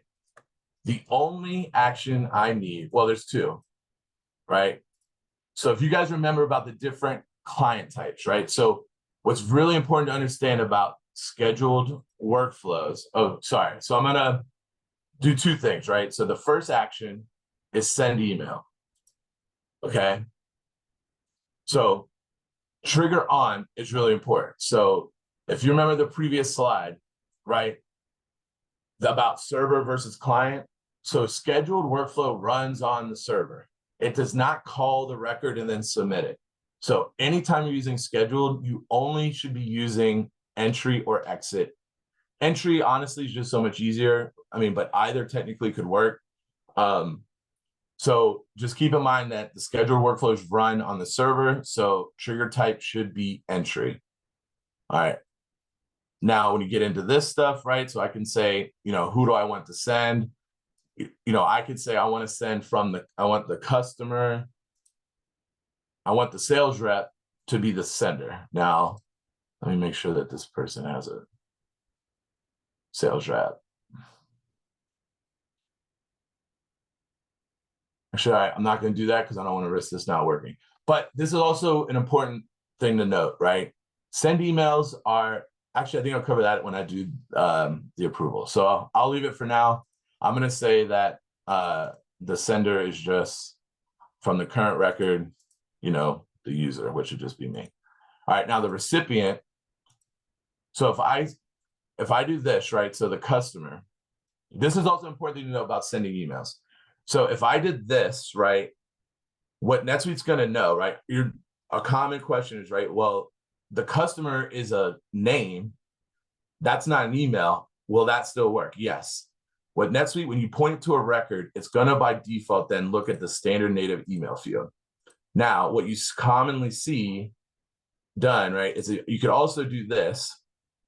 The difference between it, this is not stored on the customer record. If I go to the communications tab, I won't see it, right? But if I did this, because I'm sending it to the record, not an email, then it will get attached to the customer record. Minor distinction, right? I've seen some clients, they don't want it attached, right? If it's fulfillment email, something like that, you could do that. But if you want to see it, this is something you could do. Common times, right? You might CC your own AR team on this, right? Now, the only other thing to consider, and which we didn't talk about, right, is having an email template. You know, you could check that out, like what that looks like, creating one. But if you've got a standard invoice email template, which I don't think I did not make a template for this, but it doesn't really matter. Then you would just kind of select that template, right? Or you can always custom build it right in here, but it's not going to look as nice. Whereas templates, you can use like HTML and you can have logos, things like that. So you will build your template, and then all you have to do, right, is include transaction as a PDF. That's it. What was that about? All right, now this is going to be really quick. All right, so we'll say from field, user, recipient, customer. Probably doesn't like that template. I'm just gonna do this instead. And then we'll include transaction as a PDF. All right, so now it's gonna send the email. But then the only other thing we need for this now, right, is to make sure that it doesn't send it a second time, right? So, so we have that invoice sent, static value checked. All right, so important note with actions. NetSuite, this is very important.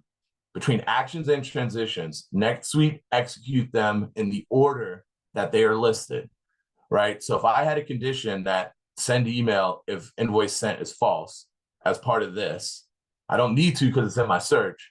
And if this action was ahead, then it'll get checked, fail that condition, and never send the email, right? But by this order, what it'll do is send the email, then check it. The action of checking it now will take that record off of my safe search, which we're about to see, right? So that's it. So now 6 o'clock, all invoices are going to get auto sent, right? And to prove it, I'm going to go in here, right? And because it's in testing, I can hit execute now. Now you give it a second.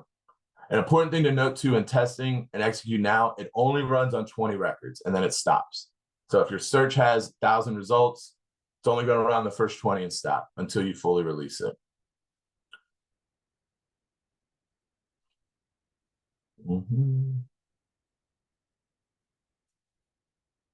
Because it takes it a minute.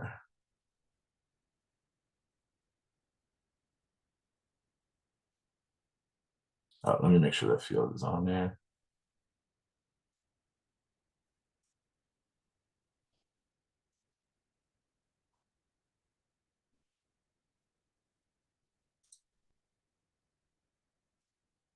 Okay, it's going slow. Let's double check our stuff here. Both of them running on entry, they're active. Okay.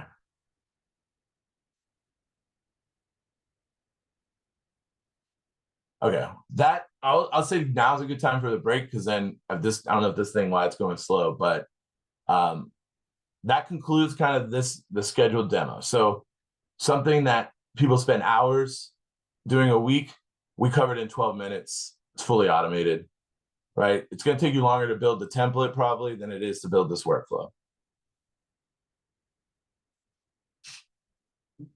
Let's see if it did it now. Okay. All right, so you guys see my screen, right? Yeah, it looks good.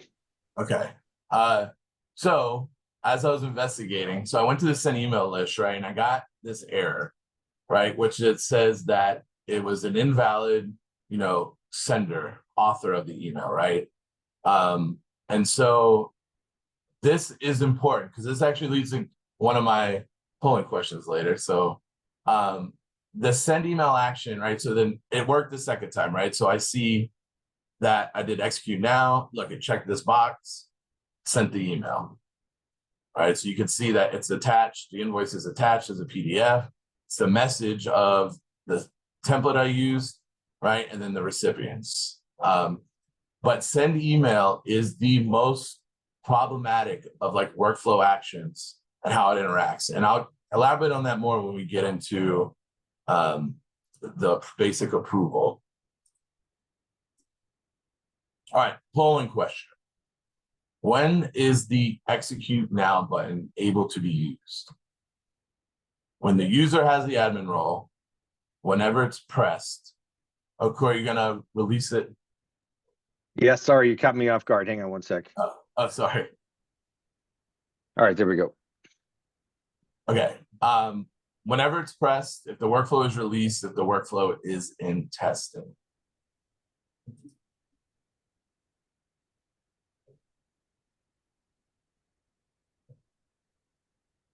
And we could see the results too. Okay. Yeah, I'll show you the It's- result. We'll show it. This is an interesting one. It's probably not worded the best. Margie, help me out a little bit here, but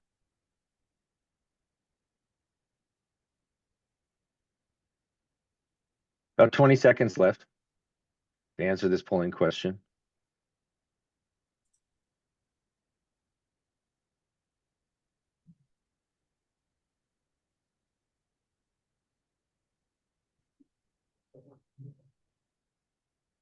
Five seconds. Looks like we're gonna be done right now. I'll share the results. all right, yes. So the correct answer is when the workflow is in testing.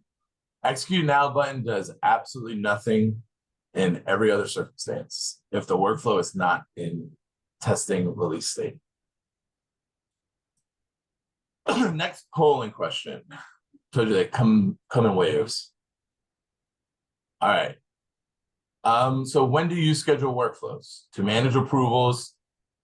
Again, maybe some of these answers aren't the best. Bear with me. Perform updates on a defined population without user interaction.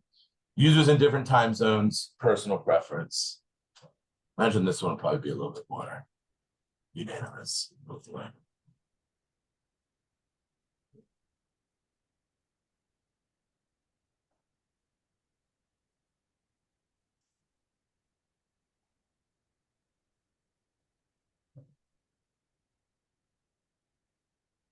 About 30 seconds left.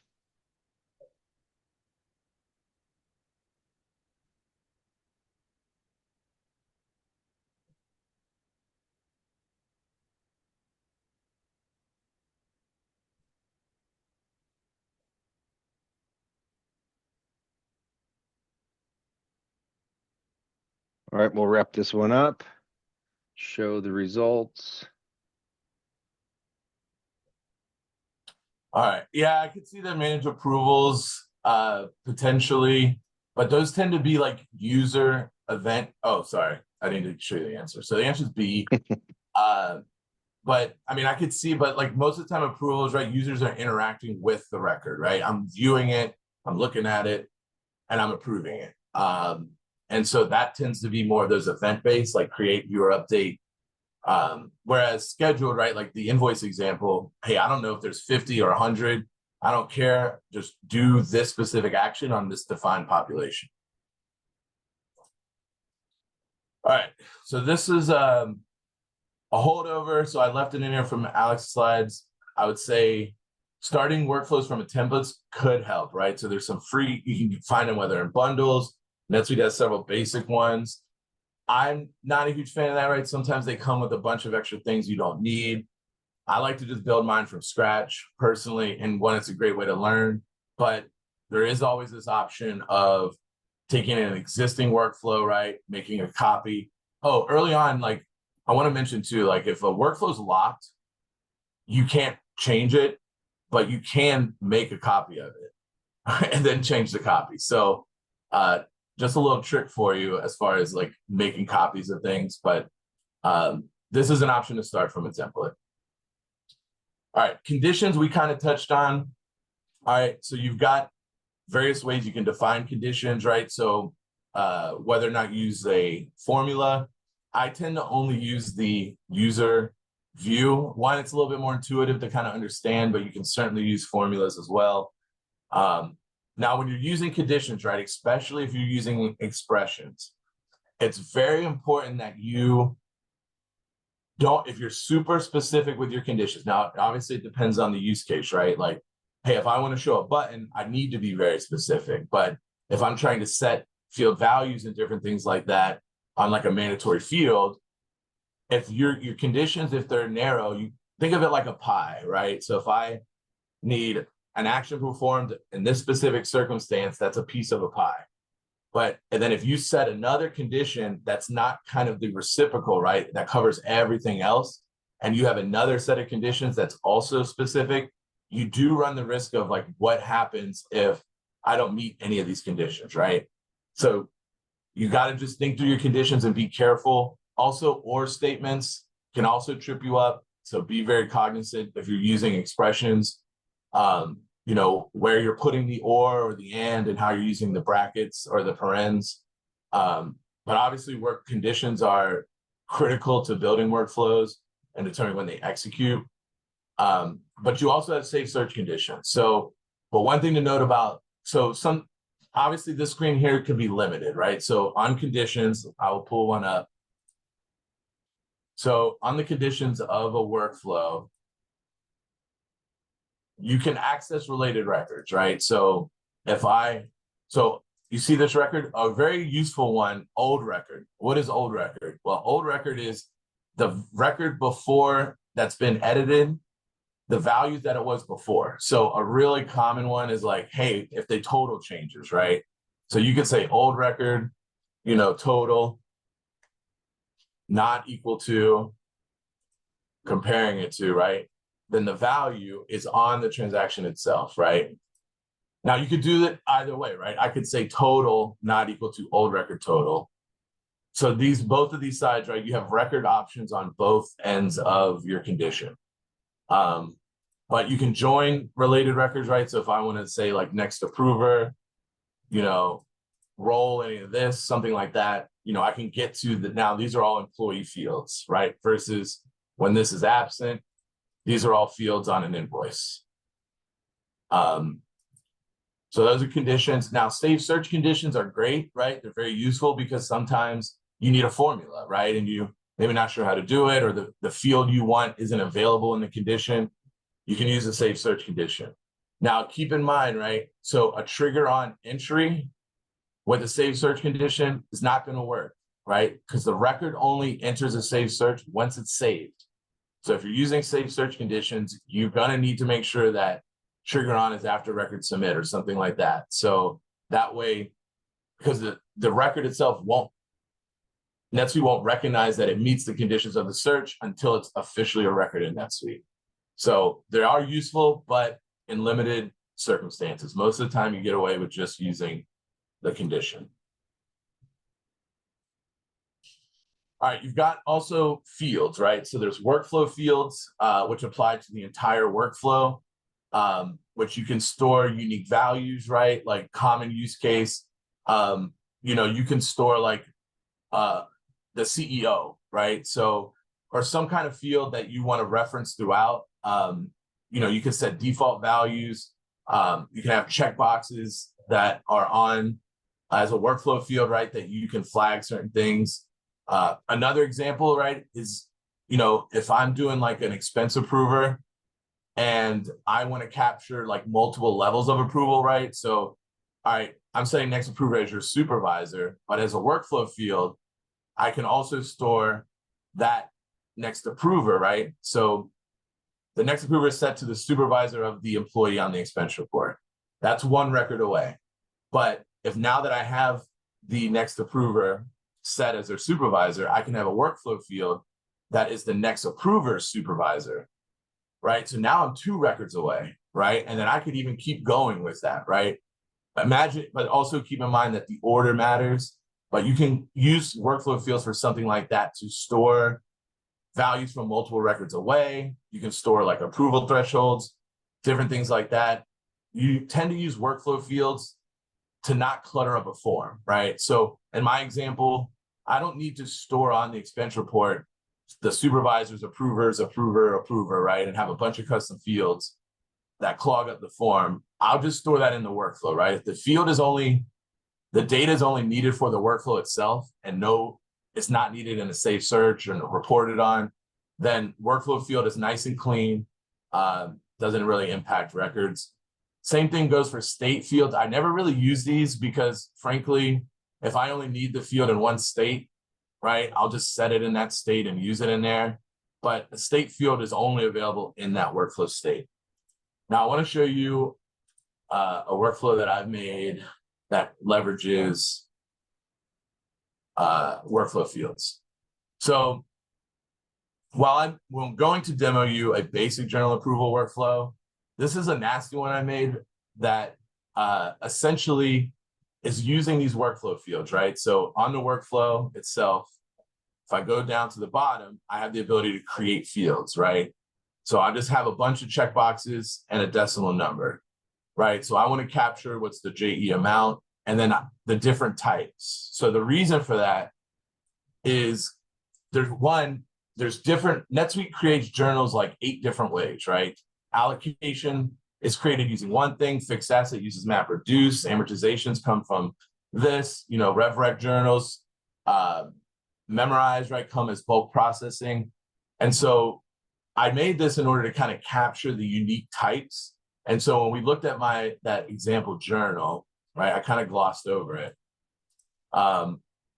When you're under the system information, under active workflows, right, you see all those fields.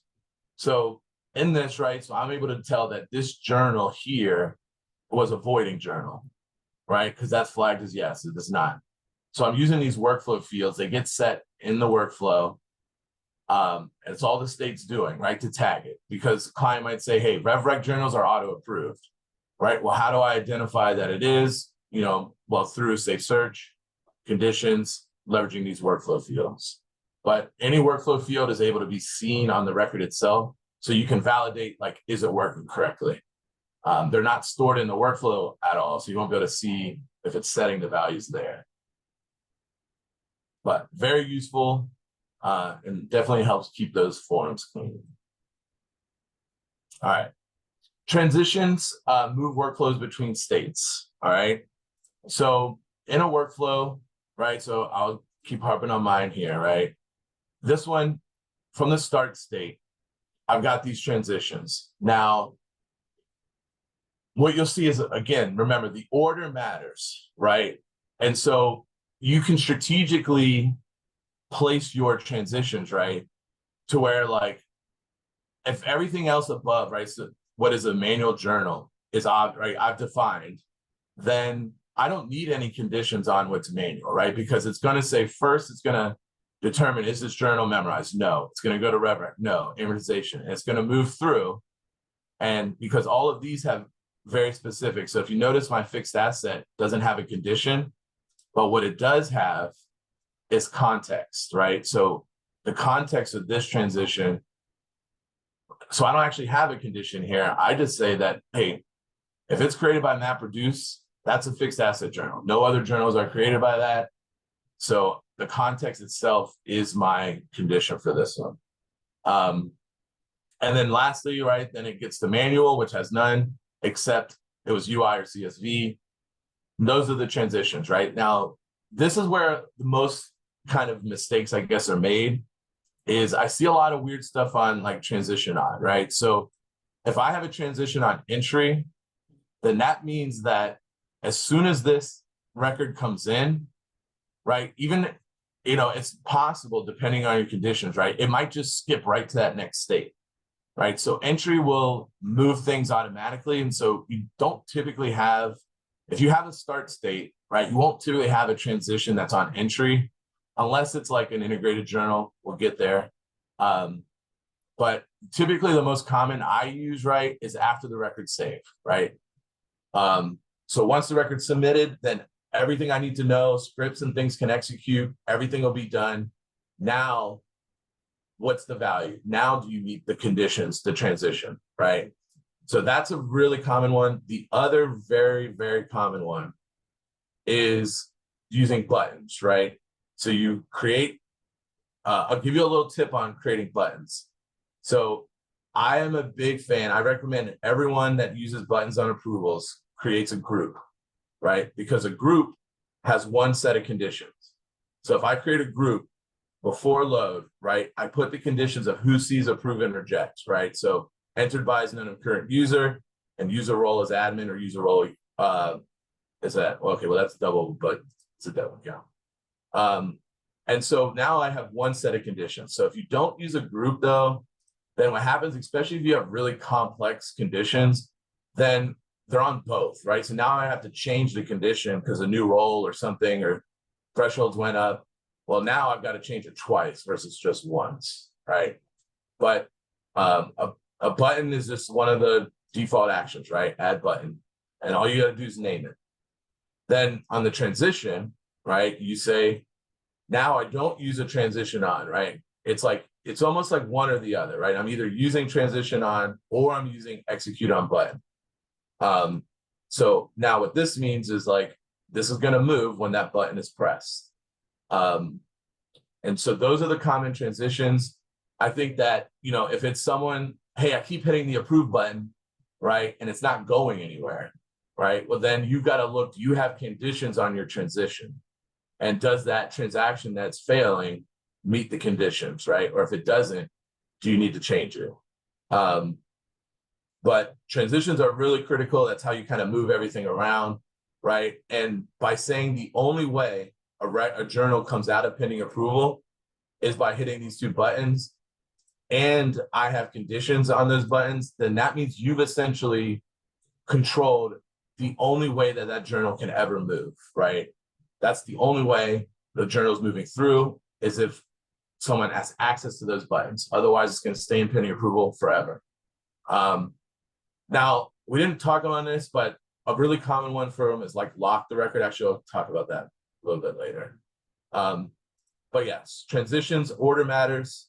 Transition on should be set, right? When you don't have a transition on, then it considers all possible methods, which can be confusing and make it more difficult. Now, I left these blank because of the nuances in how these are created. Sometimes like these are created on the server, right? So an action like a submit won't get triggered, right? And so by leaving it empty, I'm relying on my search to recognize when it's going to move through, right? So it can't move through until it meets the conditions of this search, and it doesn't need an event to then send it, right? It just needs to be a result.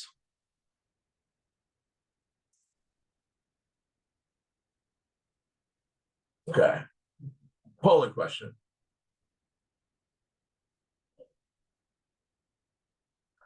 All right, Corey, I'll give you a minute. Polling question 5. All right. Benefits of a workflow field. Cleaner forms. Stored data needed as a reference for workflow actions. Reduce complexity and conditions. All of the above.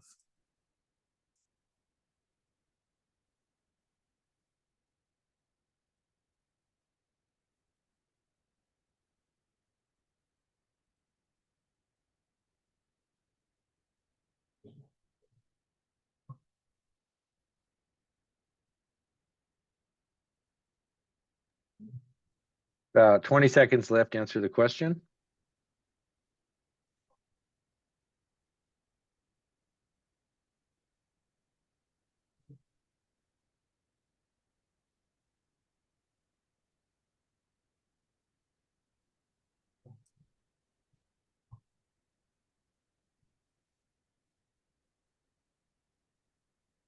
All right, we'll go ahead and close the poll. Show the results. Wow, that's pretty good. I think that's our highest success rate. Yeah. Yeah. All right. Well, I gotta show you the answer. So answer is all of the above, right? So those are all valid uses for workflow fields. All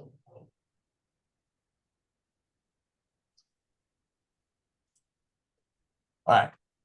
So now we're going to get into another demo, right? So this is very interactive, trying to really focus on the workflows themselves and seeing them constructed. Now, again, I'm going to build this one from scratch, not because I didn't want to prepare for this, more so because I can knock out a journal approval in 10 minutes for the demo from scratch and show you some cool stuff along the way.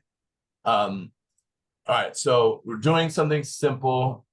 All right, we're going to do a simple, not this elaborate journal approval. We're going to do very basic one-layer approval, right? So transaction. Now, if I'm doing a journal approval, right, if you're in OneWorld, you have to make sure that you also select advanced intercompany journal, right? Otherwise, it's only going to run on standard journals. I want it to run on both. So, all right. Now, I'm going to leave it as execute as admin. I'm going to put it as release. Now, I only like to check on create, right? So the intention being, especially if I'm cutting over, I don't want the possibility of me putting other journals back in my workflow, right? And then they get their status changed. I'm only going to run on create just to capture essentially new journals. Existing journals, they're going to run through the original approval workflow, right? Or, hey, approve everything, right? Now, only new ones will have to kind of get into this workflow. Nothing else in my setting here. That's it, right? So I'm going to go ahead and save that. Now I'm going to get started, right? So the first thing I like to do is give myself the template of the states, right? So I go ahead and add my states.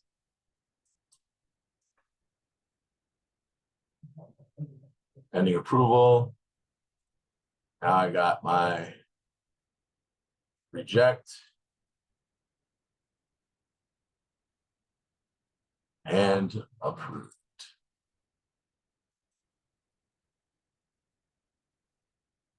All right, now what am I setting on start? All right, so again, I like to do groups just because it's clean on entry. So I do this for a sake because I'm going to show you, I've got some custom fields that I've added. So let me go ahead and actually talk about those briefly. So when I'm doing a journal approval, I like to create a few fields, right? So one you won't see because it's inline text, but I can show it to you, which is essentially just approved by.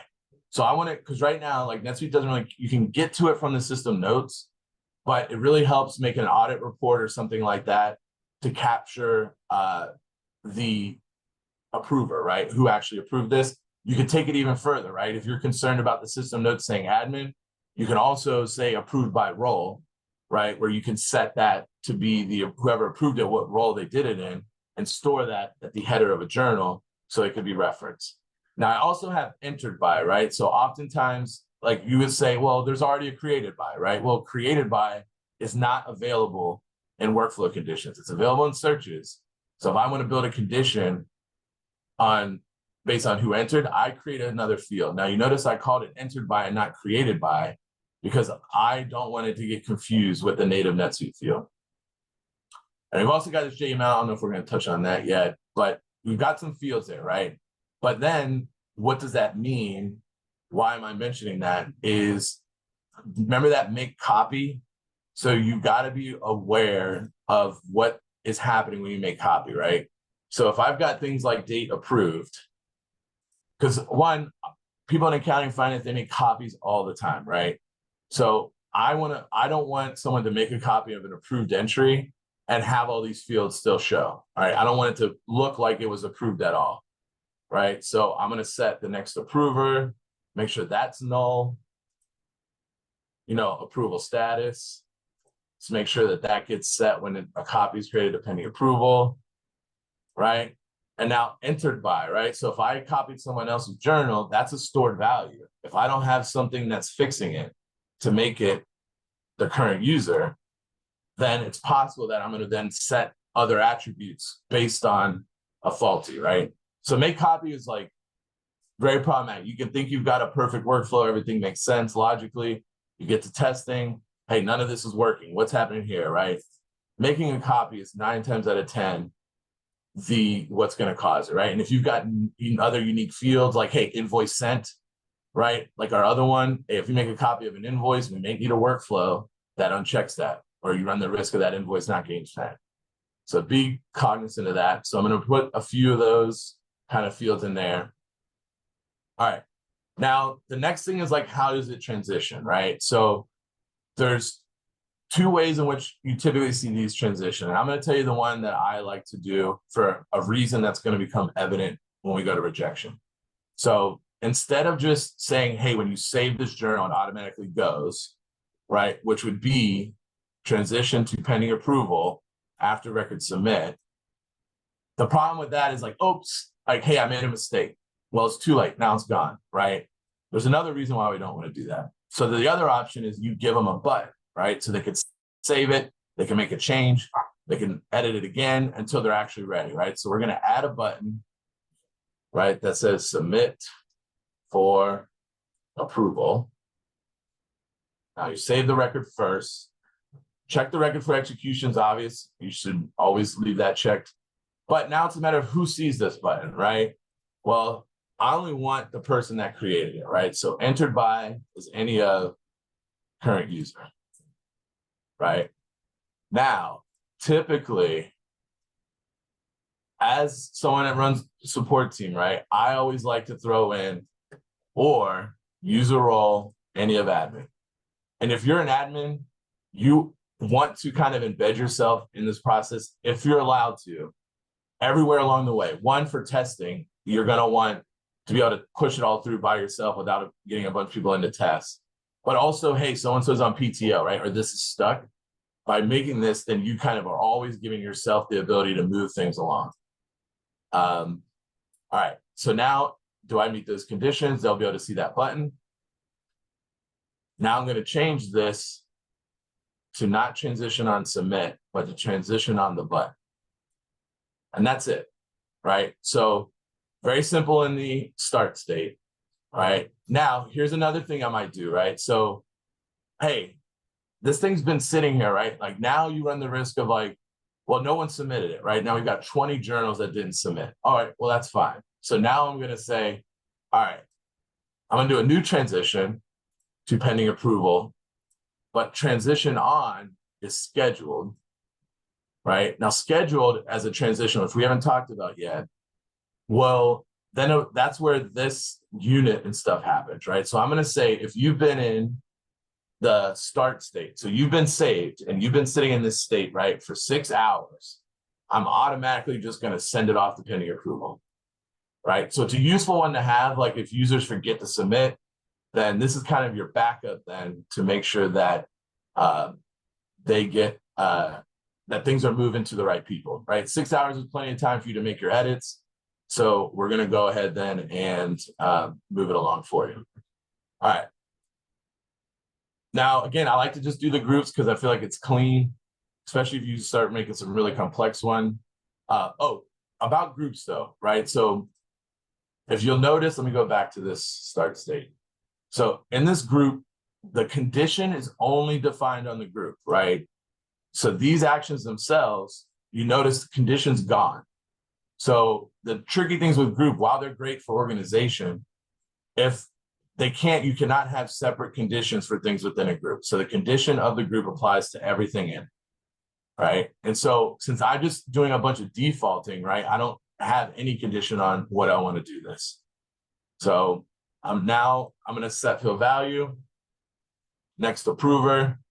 A lot of ways you could do this, right? You can hard code it. You can base it off the supervisor, but for sake of this, like I'll just say that from field, right? Or no, I'm going to say it's the entered by supervisor is who I'm going to set as the next approver. All right. So now we've set a next approver. The approval status is pending approval based on the previous state, but I'll tell you, it doesn't hurt to be safe.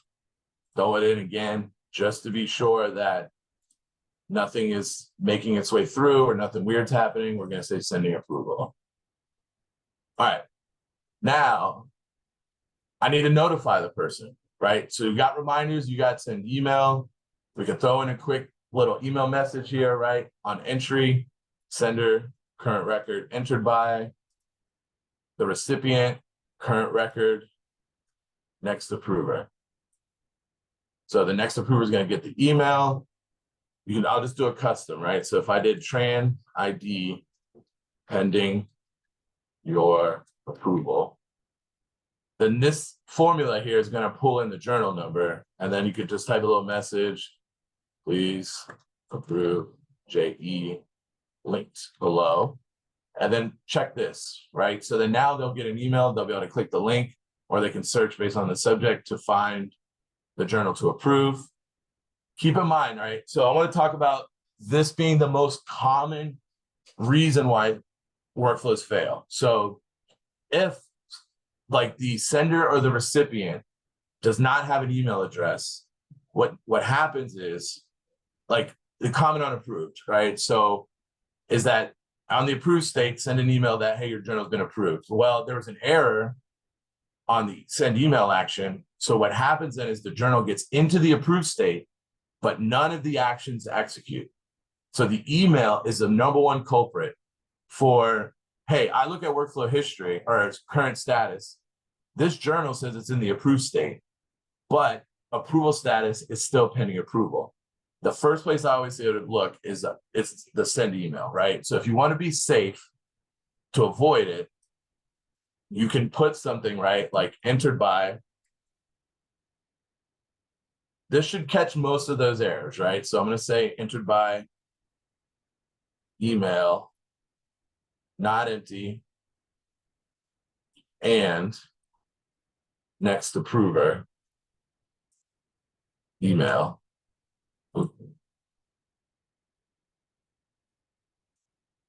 Not empty.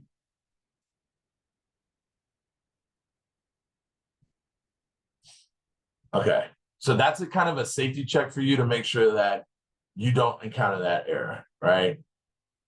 Now, what's the other thing? Lock record. There's no point in having an approval process if the person that's approving it can edit their own, the JE themselves and then approve it, right? So I'm not even going to put any conditions on this, but one thing to note about lock record, especially if you're going to depend it on roles, is it's not any of, it's none of, right? Because what you're saying is like, I want to lock the record if the user's role is not admin, right? If I said I want to lock the record and the user's role is any of admin, then it's only locked to admins. But I'm not going to put a condition because it could be locked. It should be locked to everyone. So it's a good control, right? So the user will still see the buttons, actually, which I got to add those. So again, I'm going to do a new group to set up my buttons, right? So it's one set of conditions. Trigger on before load, condition, right? So this is something auditors always want to see, even if it's not necessary.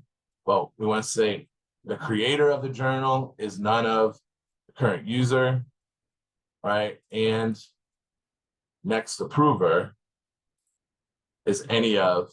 Now this is semantics here, right? You can select current user here, or you can select it here. Personal preference, either works, right? All right, so this is a very simple condition. And now if I want to use expressions, right, to give myself, my admin, some slack because he's not, maybe someone's out of office, right? When you do next approver, that's always a possibility.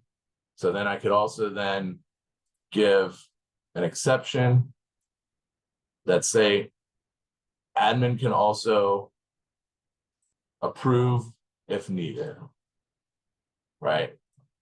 Now, obviously conditions for, especially something like this could be a lot more complex. We'll just keep it as that. So now I save my group. Now, real quick, right? New action, add button, approve, save a copy, reject. All right, I'll just close that out. All right, now I've got my buttons. Now let's do my transitions, right? So the only way this thing's moving is through a button. So go to approved, if they hit approve, go to reject, if they hit reject.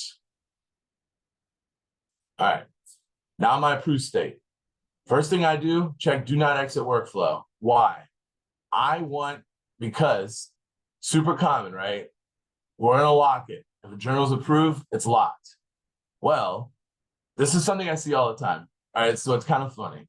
So then if you don't check do not exit workflow and you have in the action, you have lock record, it doesn't do anything, right? Because what happens if this isn't checked, then the record comes in, it'll set all your fields, but then it ends, right? Now the journal's outside of your workflow. You now have no control over that record. So I check this. That being checked is the only way lock record works. Now, all journals are staying in my workflow forever, right? They're all in there. I have complete control over what happens to them. So I'm gonna do another group, right, on entry to set my fields. So I want to capture set field value, date approved, static value, or actually it's this, use that, and then today. It'll be today's date, save and copy, right? I want approved by, which is no, that's a custom column.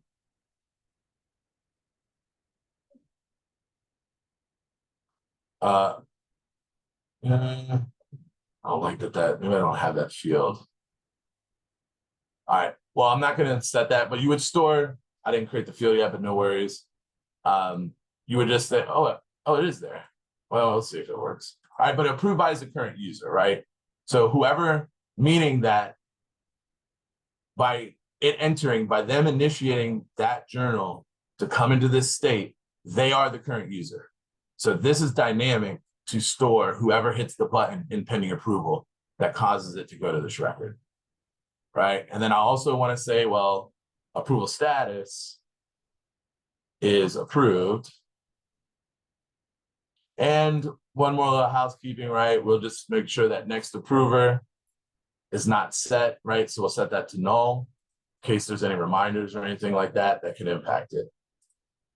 Okay, so that's really it on that, right? So it's approved here. Sure, you want to create another email action that tells whoever created it that it's approved, great. But this is all that's needed. Now the journal's approved, we've got locks on it.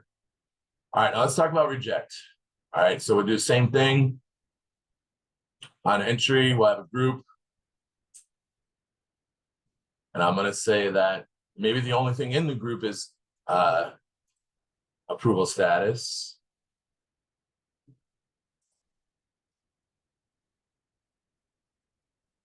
Is rejected. All right, now I'm gonna show you something cool. So I think I gave myself time because I wanna cover this. So super common question. I want a rejection reason. Why was this journal rejected?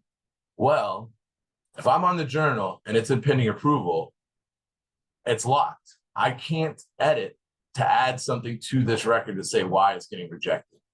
So something I've found, maybe someone showed me, but that I've built and what I use is a custom record. All right, now this is not part of the training, so I'm gonna cover quick, but it should be basic enough. But you create a new record and you call it rejection reason, right? So this is advanced. This is very useful for a lot of reasons. So luckily this is recording because like, hey, you could take a screenshot of this and you can copy. But essentially, I create a custom record just to store these 4 things. I want to know who rejected it, which is a list record of employees, transaction that was rejected, which is list record transaction, the date rejected, which I'm going to set, and then I want a reason. All right, now how does this record play into my approval workflow? Well, there's a new action, which we haven't talked about, which is called go to record. What this will do in this action, very important, right? So this is in the reject state. So if I want the trigger onto the entry. So I want to say, if you're going into this state, if you sent this journal to this state, then this action will execute on entry into that state. So on entry, the record type is rejection reason. I want to open it in edit mode. And now I'm going to, this is how you set fields, right? So on the left is the fields that are on my custom record. Then for this field, right, I'm going to do similar. I'm going to hard code in today's date. I'm going to say rejected by is current user. And then transaction is current record, right? All dynamic, super easy to do. All right, that's it. So now I save this. Now there's a rejection reason, right? So a few things you might want to do, like the ability to resubmit, right? So I want to make edits and resubmit this journal, right? So I'll create resubmit JE as a label. I can put conditions on it, you know, to allow if other people want to maybe fix one and edit. There's a few ways you can kind of send it. But let me say, so if I were to send this right on that transition, if I send this back to the start state and I say resubmit, right? Because maybe we're going to say this is locked. So they can't edit here if they want. They need to bring it back to the beginning.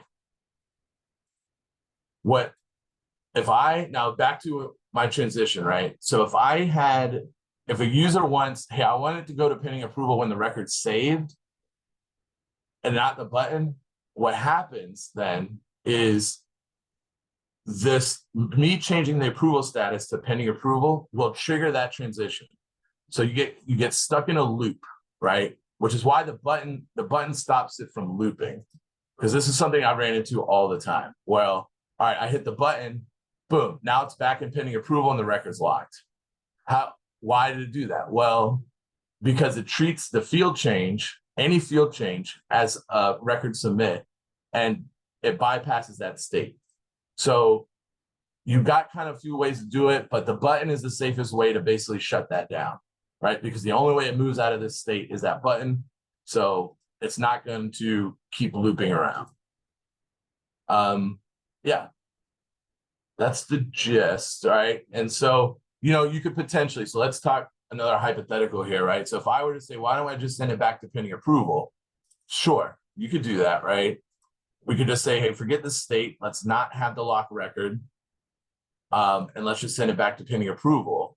But if I do that, then I want to make sure that I'm resetting the entered by, right? So I'm going to say entered by is static value of current user. Now the trigger on is on exit. So this is the one time you use exit, right? So let's say if we opened up the ability for anyone to resubmit, edit a rejected journal and resubmit it, then we also got to make sure that we're resetting who's making that change, right? So, hey, you're allowed to edit this record in the rejected state. Anyone can edit it and anyone can resubmit it. But by recapturing the entered by on exit, whoever hits the button is now going to overwrite who's in the entered by. So when it goes back to pending approval, it might now have a new approver, right? Because someone else went in and changed it. So now I'm saying next approver is entered by supervisor. That set field value on exit is going to make sure that we're setting it as the right person. All right, let's do a quick walkthrough one so we can see in action. Hopefully everything works perfectly for us here. I don't want any issues.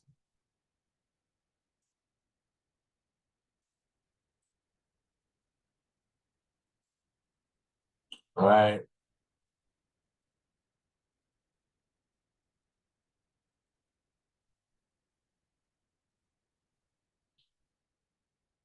If anyone can guess what's about to happen. So my condition, right? So I don't have a next approver. I saved it. Now I see the button. I can submit for approval. Now it's in pending approval, right? Look, I've got no options here to do anything because the record's locked, right? So the reason for that is because my condition on entered by is none of current user, right? So for sake of testing, if I want to move this through, I got to take that out. Refresh this. Now I see my buttons. All right, now let's show you rejected, right? So you want to see this rejection reason in action. Here we go. I hit reject. Now I'm taken to this screen, right? Now I got to put a reason. And then I save. Okay.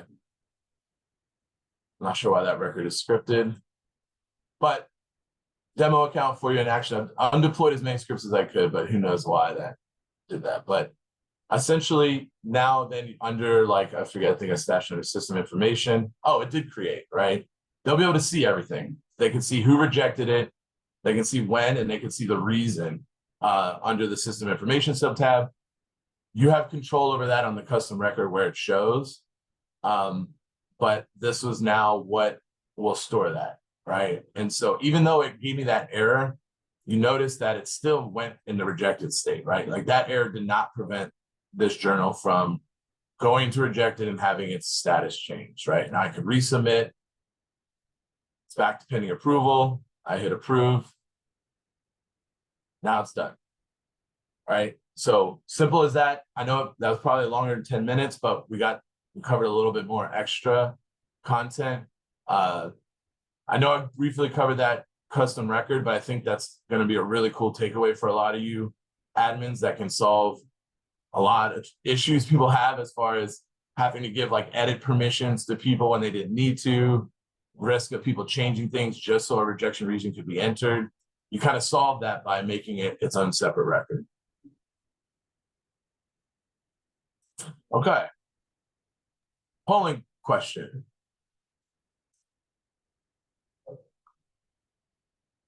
All right, what is the most common cause of a record transitioning but not executing field changes? The mandatory field is incomplete, the send email action, a closed browser, or you got logged out of NetSuite. That is a different polling question. Corey, I think that's from your tips and tricks maybe later. Yep, that is. Sorry about that. I That's okay. clicked the wrong one. I'm gonna relaunch it. Hang on one second. Sorry. Number 6. Okay, sorry. There we go. Okay.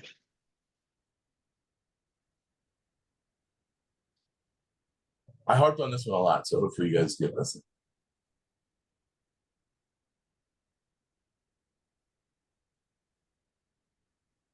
Oh, where is it?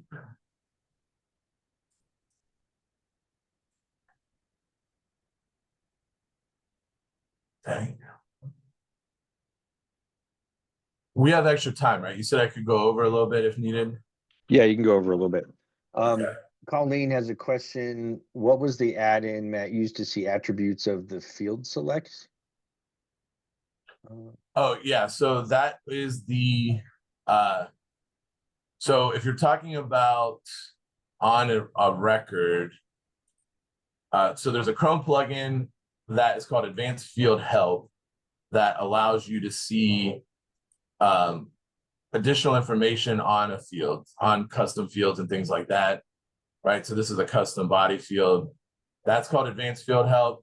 The one that the NetSuite Field Finder is the one that you've seen me use that allows me to search, go through lists quicker, and also sort if it's native or custom is Advanced Field Finder, right? That gives you this option here. All right, I'm gonna go ahead and end that poll. Yes, Margie, sublist is next. Yeah. So the answer is send email action, right? So if a mandatory field is incomplete, hey, they're not even able to save the record, right? So that's not gonna cause this thing to, well, I mean, I guess if it's conditionally mandatory, I'll accept that. I guess that was a little tricky, but send email is the most common one we see where like it moves to the state and then nothing actually happens. I think of a mandatory field, I don't know if it would even let you transition there, but I guess I'd take both. So not bad. Okay. All right, sublist actions. All right, I'm gonna try to be quick because I think the summary one is good. All right, so sublist actions are only available in item sublists, right? That's it. So basically sales transactions and like inventory transactions are the only time that they're really able to be used. And there's very limited amounts of things that they could do as far as set field values and setting things mandatory. I think send email too, oddly enough. But so similar to like that group, right, where I said you can't have unique conditions where things within the group, in this case, the sublist action group, your conditions will apply to any row of the transaction that meets those conditions. All right, so we're gonna do a quick demo. Now, there's probably better examples. I mean, I'll be honest, I've rarely used this because of the limitation on items only.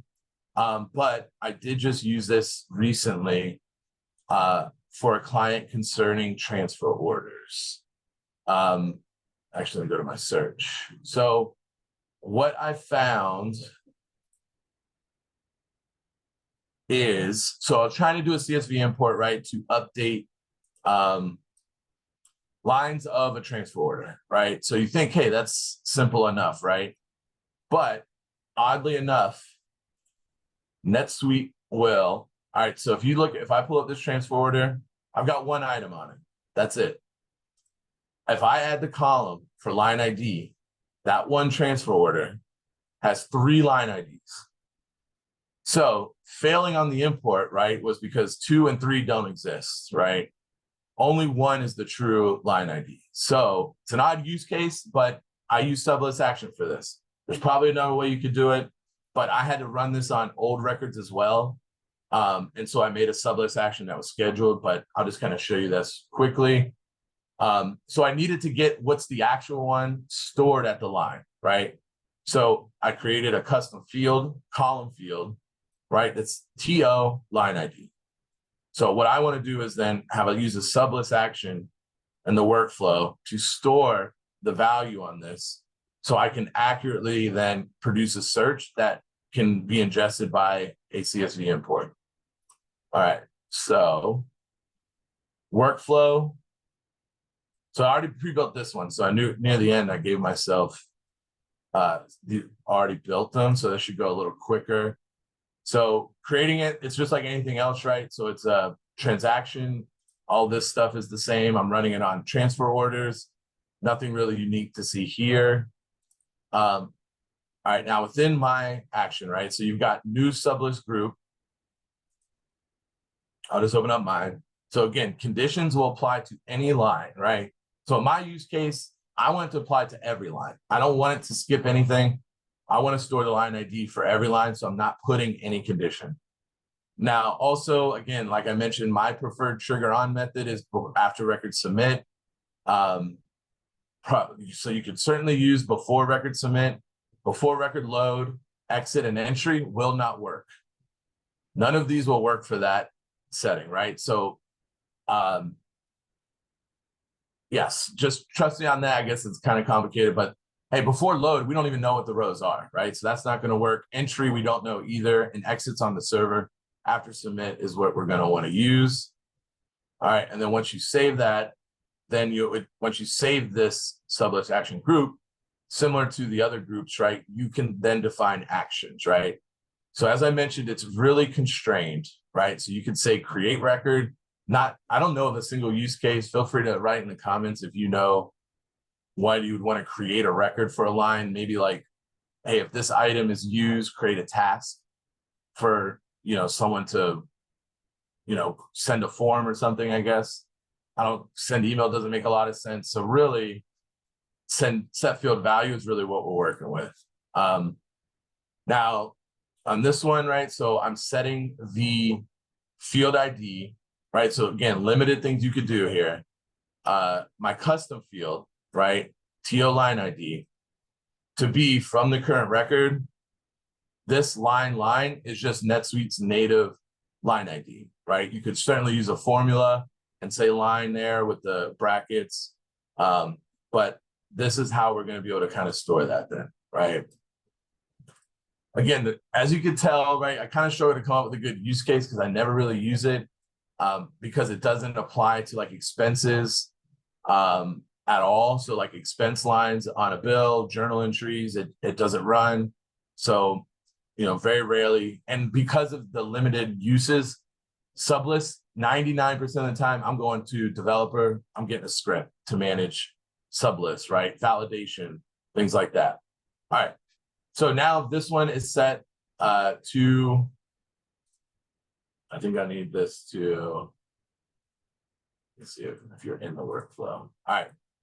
So I can already tell this thing's not going to run on that because the record already created. So I'm going to check for sake of this to run your update. All right. So you can see here my TO line ID is 1, it's disabled and it's null. So if I save this,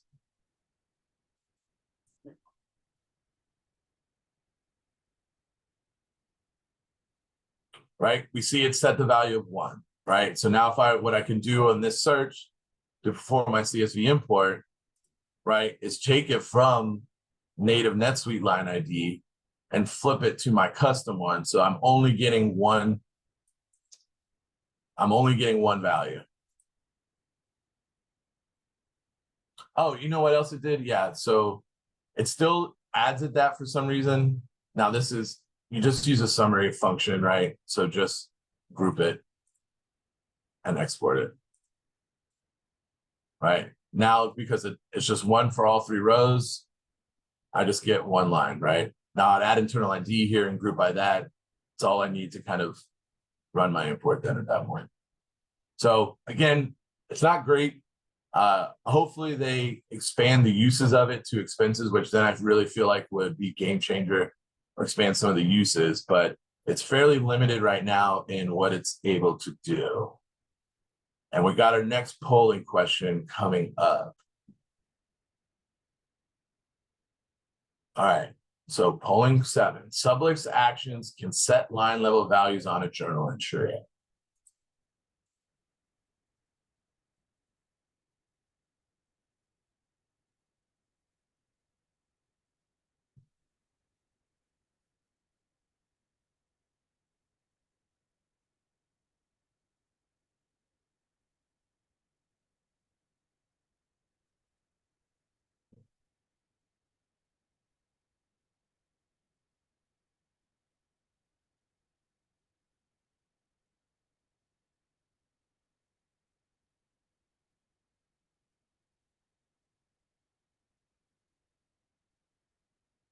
Yeah, time.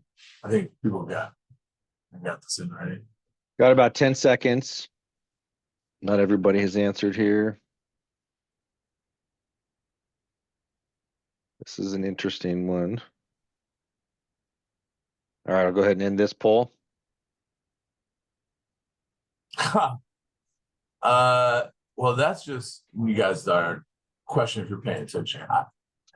Cannot run on journal entries, right? Or expenses. It's only on items and sales lines, right? Inventory, invoices, sales orders cannot run on line level of journals. Okay, now this is the next one. All right, so another demo here, then this is the last one. So I'll try to get through this. So schedule workflow for safe search fields, right? So you can create a summary search that is used on a custom field, but the issue with that, obviously, right, is that that's not reportable. So let me just go ahead and get into NetSuite to show you. Okay. All right, I go to my search. This one's already pre-built too. All right, so I got this very narrow because I just want to kind of show you guys.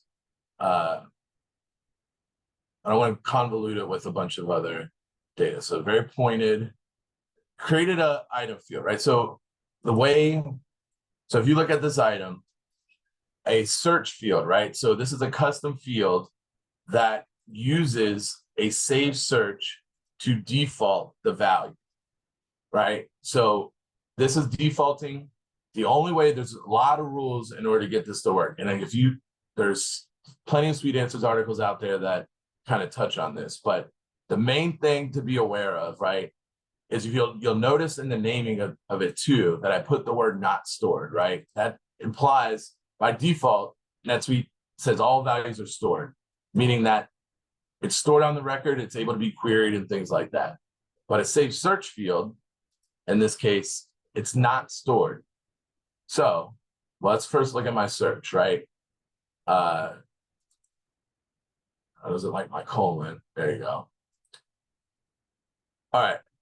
So you create your saved search based on the record that you're trying to look at, right? So in my criteria, what I'm trying to get is sales for an item in the last 120 days, right? So in my criteria, I define what I want. I want invoices, and then I got this formula for the date of the invoice is within 120 days of today.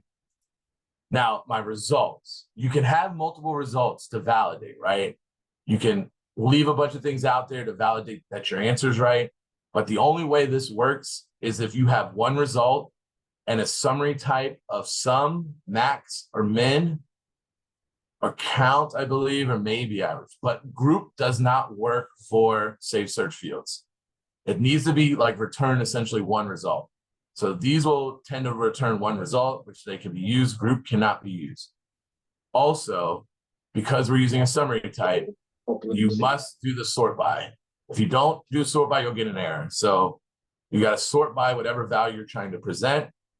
The last thing to be aware of is, all right, so if I'm summing all amounts, right, how does it know what it is for a particular record? Well, the rule is you need internal ID as available filter. You don't have to show it. It just needs to be a filter. So if I'm on my field, right, so back to my item field, the only searches that are available in this to default are ones that meet that criteria, right? This is not a list of all saved searches. So if you don't see your search here, you're missing that filter.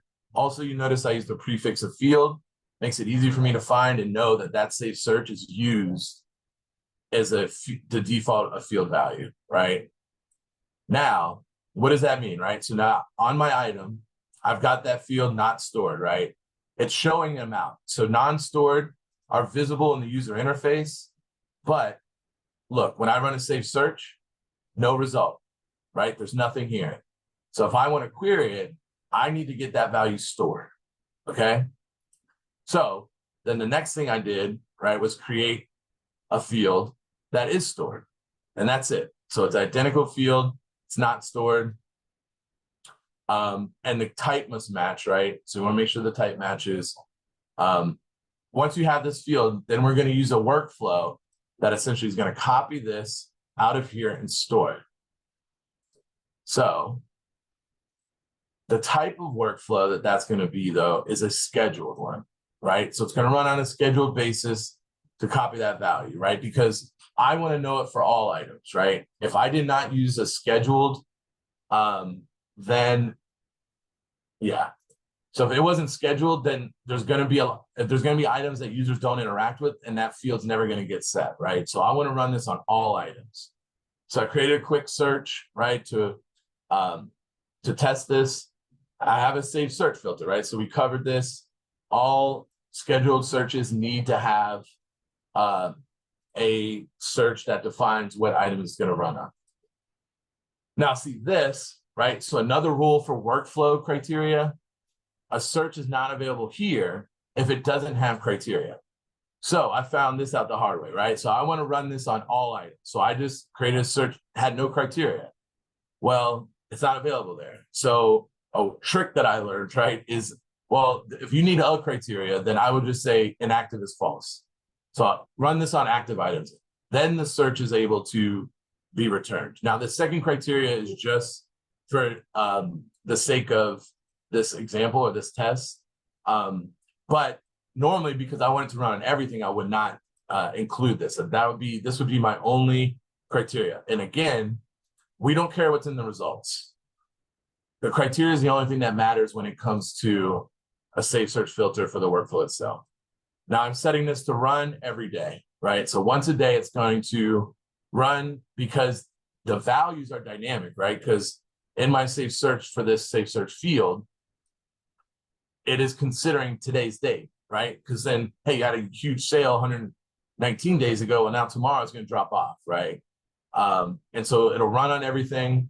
And we want to run on all items, right? Because now let's say if all of their sales have phased out, now I want you to set this to be null or empty. All right, so now we got it scheduled. What's the workflow doing? It's only doing one thing, right? It says one action, it's setting field value. On entry, right? Because again, this is scheduled. On entry, all I'm saying is I want you to set the field, the stored one, from the current record to be what is the non-stored value. That's it. So this is a really helpful trick to get that value stored, so that way you can run reports on it, right? So now let's test it. So I'm going to go to my workflow. I'm going to say execute now. All right, now what I'm looking for, right, is does this copy over? There it is. All right, now I run my search. Now I've got a result that's actually reportable in a safe search. So next question, does this field need to be visible? No, you can hide it. I believe you can hide it. I need to confirm that. You know, sometimes what I do, right, is just store those things under custom somewhere or try to hide them or not make it visible to roles. But I'm fairly certain you can hide this field and this will still work, in which case the only one you want to show to users is the one that's actually presenting it. Now, one thing I'll mention about safe search fields is don't get carried away with them, right? So there's been instances where an item record or something, you might have 10, workflow. Oh, great. Someone confirmed. You can hide it. Thanks, Brandon. But like I've seen a client, right? They had like 10 search fields on an item record because they want to capture a lot of information. Well, that impacts load time, right? Because now instead of just pulling up an item record, right, and hitting edit, it has to pull up the item record and then it has to run all of those searches. And some of them, especially item ones, can be super long. And so if you have issues with like it's spinning and spinning performance, check to see if you've got a lot of safe search fields on there, because you're running multiple queries then on that point just to view a record. But it is useful in niche cases, right? But just don't get carried away with it. All right. So that is that. Polling question is our last polling question, and I think we're about to turn it to question and answers. Non-stored safe search fields are referenceable in a safe search.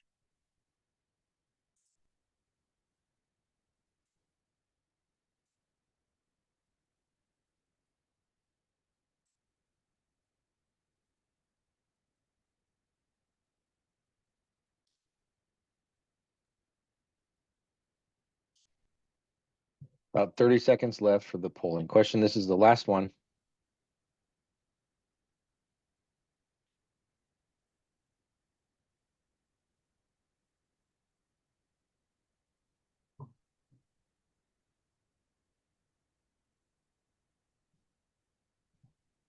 About 10 seconds left.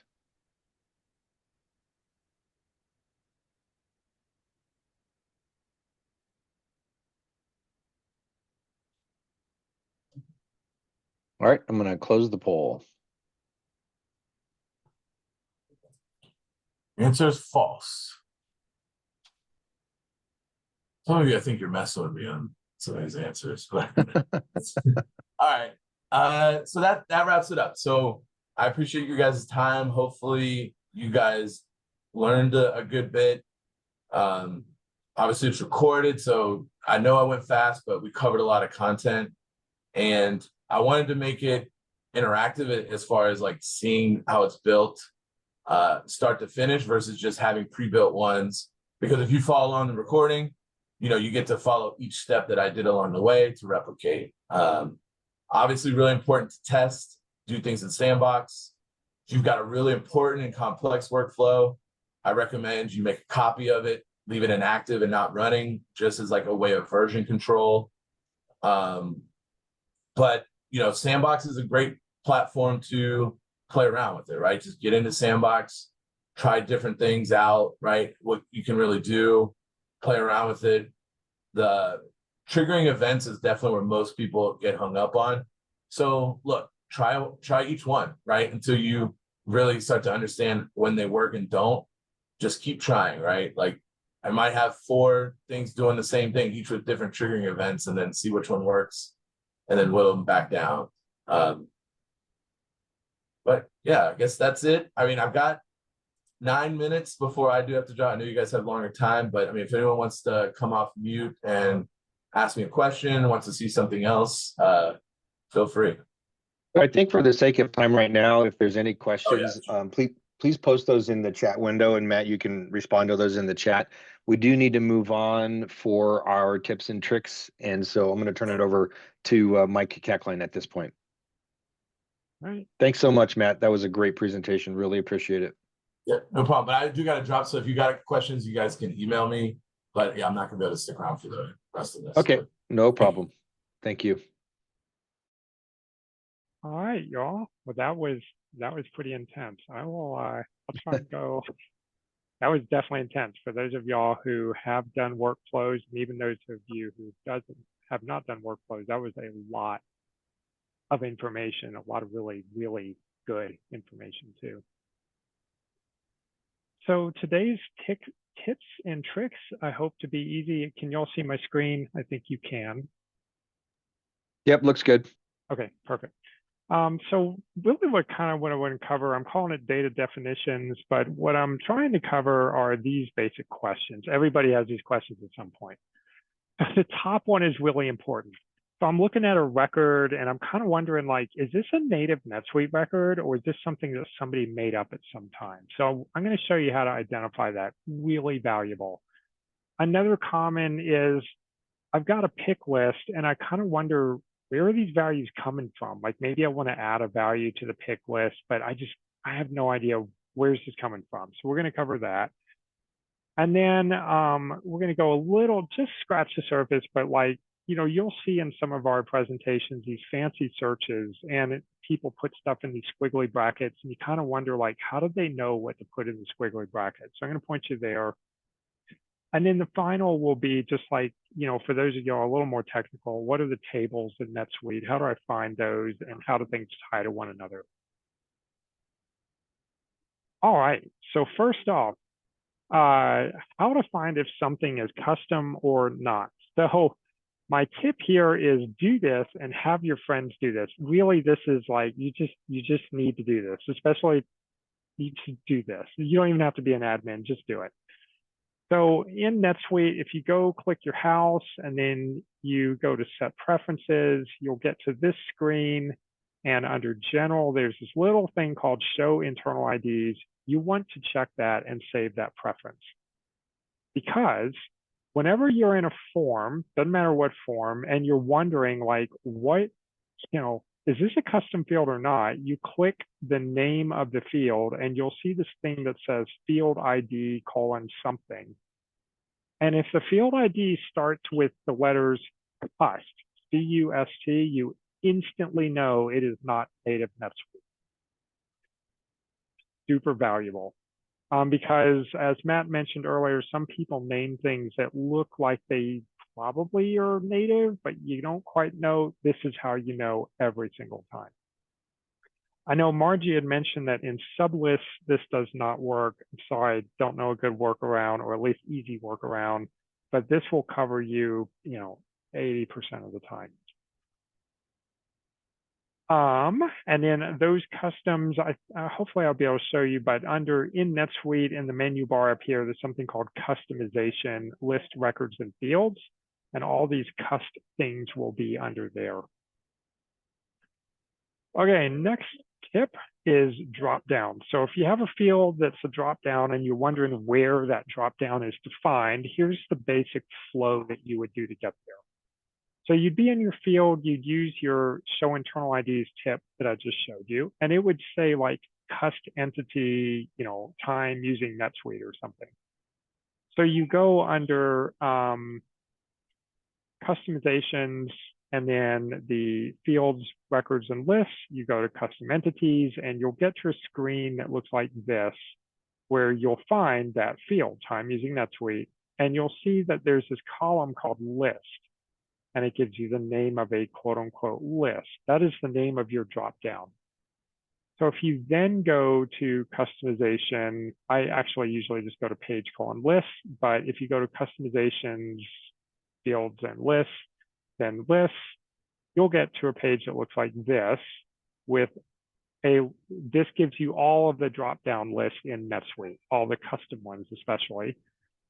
And you go search for the one that was listed up here, and then you will see all of the values. And you can, if you're admin or have permission, you can edit this list and you can either change values or add new values. I want to be careful when you're making changes with these, but my goal here is to show you how to get to the list in the first place. Page : lists, again, is my tip for just getting to like, what are all the custom drop downs in my system? All right, so we're going to pivot a little bit. So there's this thing in NetSuite that's been there since the beginning of time, and it's kind of been deprecated, but it's also kind of really useful to know about, called the SuiteScript Records Browser. Kind of hard to get to, but when you get there, you'll just want to remember this. So the way to get to this thing, well, I'll get to that in a sec. Why does this matter? So this page is the original data structure for NetSuite. Like when you wanted to know what are the tables and how are things linked to one another, this was the only place it gave you that answer, but it was kind of not, it was, it's a little bit challenging to navigate through. It's more intuitive now. But it gives you in the records browser tab here, it gives you the name of the record type. So you click the alphabetical thing here and it gives you a list, and then you click this and it gives you this page. One really, really, really good thing about this that is helpful today is that this page will give you the search joins, but more importantly, which is not in this screenshot, sorry, Margie, I did not update the screenshot. There's a second section down here, if you scroll down, called like search fields. And if any of you have ever had this observation where you're doing a saved search and sometimes there's fields that show up in the saved search under criteria, but they don't show up under columns. And you're like, why is that? It doesn't make any sense. You'll see that in this SuiteScript Records browser. So it'll show up under search fields, but not like, for instance, search joins or search filters. So this SuiteScript Records browser is valuable for two reasons. One is just, well, a couple.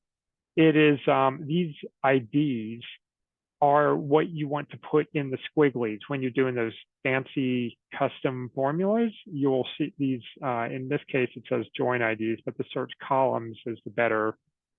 These lowercase IDs is what you put in the squiggly. Very valuable for like custom SQL. And then the other is it'll just kind of give you a context of why you see something as a filter, but not as a column or vice versa. Those squiggly things you'll also use for HTML PDF templates at times. So this is really a good, if you're doing custom fields and you want to know the name. For instance, NetSuite always calls it a document number, but when you look it up in here, you'll see it's called a TRAN ID. How do people know that? Well, they know it because they went here and they saw that. So it would say like document number here, but here it'd say TRAN ID. Okay, so to get here, I didn't cover that yet. You want to go to help. So in NetSuite, you click the help icon in the upper right corner. And then in the help page, you want to search for SuiteScript Records Browser. That will take you to a page that looks kind of like this. And then you want to click this little Go to SuiteScript Records Browser. That will take you to here. And you want to be in the Records Browser tab. It should default you to there. And from there, you will, you'll kind of look through there. And I see Jillian saying NetSuite is no longer updating the browser page. Yes, that is true. We're about to cover that. Okay, so the next thing which NetSuite has created, I don't know, about a year and a half ago now, is they call it the records catalog. So this is what they intended to replace the SuiteScript records browser with. And it's much better, but different than the records browser. It's not as helpful with the squigglies I've found, but it's super helpful. If you're writing SQL, this is an absolute positive go-to. Must use it all the time when writing SQL. So to get to this page in NetSuite, if you go to Setup Records Catalog or page : Records Catalog, you'll get here. It'll look like this. And basically, it's kind of the same concept. Under records, you search, you can just type like invoice or transaction or journal or something, and it'll show up here. I don't think journal shows up under transaction. And then you'll see these drop down. You click through there, and you'll eventually get to something that looks like this. Their overview is useless. Fields is what you're going to spend all of your time in. And you'll get the ID name of the field and then the actual kind of description of it. I'll see if I can do like a more live demo here shortly. But this is really useful for telling you a couple things. So it gives you all the tables in NetSuite. So if you're the kind of person who you're like, what are all the tables in NetSuite? This is your answer. If you are using ODBC, if you've bought the Suite Analytics ODBC, you will see that there's a netsuite.com connection and a netsuite2.com connection. This is what your ODBC queries would use for NetSuite 2. And yes, you want to use NetSuite 2 and not NetSuite. So if, for instance, you have a BI tool you want to connect, this is how you would figure out in BI what to use. This does not show you what you do not have provisioned. So for instance, ARM, if you have not purchased ARM, you will not see revenue plans here. Whereas the prior records browser, you would see ARM, you'll see everything. And I think, oh yeah, so under that same records catalog, there's fields, which again, this is really interesting. I noticed this when I was putting this talk together, but it's now got a column called permissions. This is super cool. It tells you which permission a user needs to view that kind of field. Did not know that was a thing, so that's a really helpful tip. Otherwise, it'll tell you the data type, Boolean and all that. And then you've got this click through that will give you like an address. If an address is a record, you can click into that and it'll take you to the record, the address definition, and you can see what that's, how that's put together. For those of you who are writing SQL, again, if you're writing SQL, that probably means you're using a BI tool, using Power BI, using Domo, using whatever the other one, can't remember off the top of my head, that Salesforce uses. This is really helpful. So this is where you basically say, okay, a transaction joins to what? And it gives you all the joins. And if you mouse over this little information bubble, it gives you this little something equals something. And for those of you who do SQL, that's your join condition. So you don't have to guess, it just tells you. So you mouse over, and then you basically copy this to a clipboard, you paste it in your BI tool, and that's your join condition. And your join table is actually the name of the transaction here. So in this case, it would be transaction. All right. I think that is it. I didn't want to get too deep in that, but that is that's my tips and tricks for data definition. Does anybody have any questions?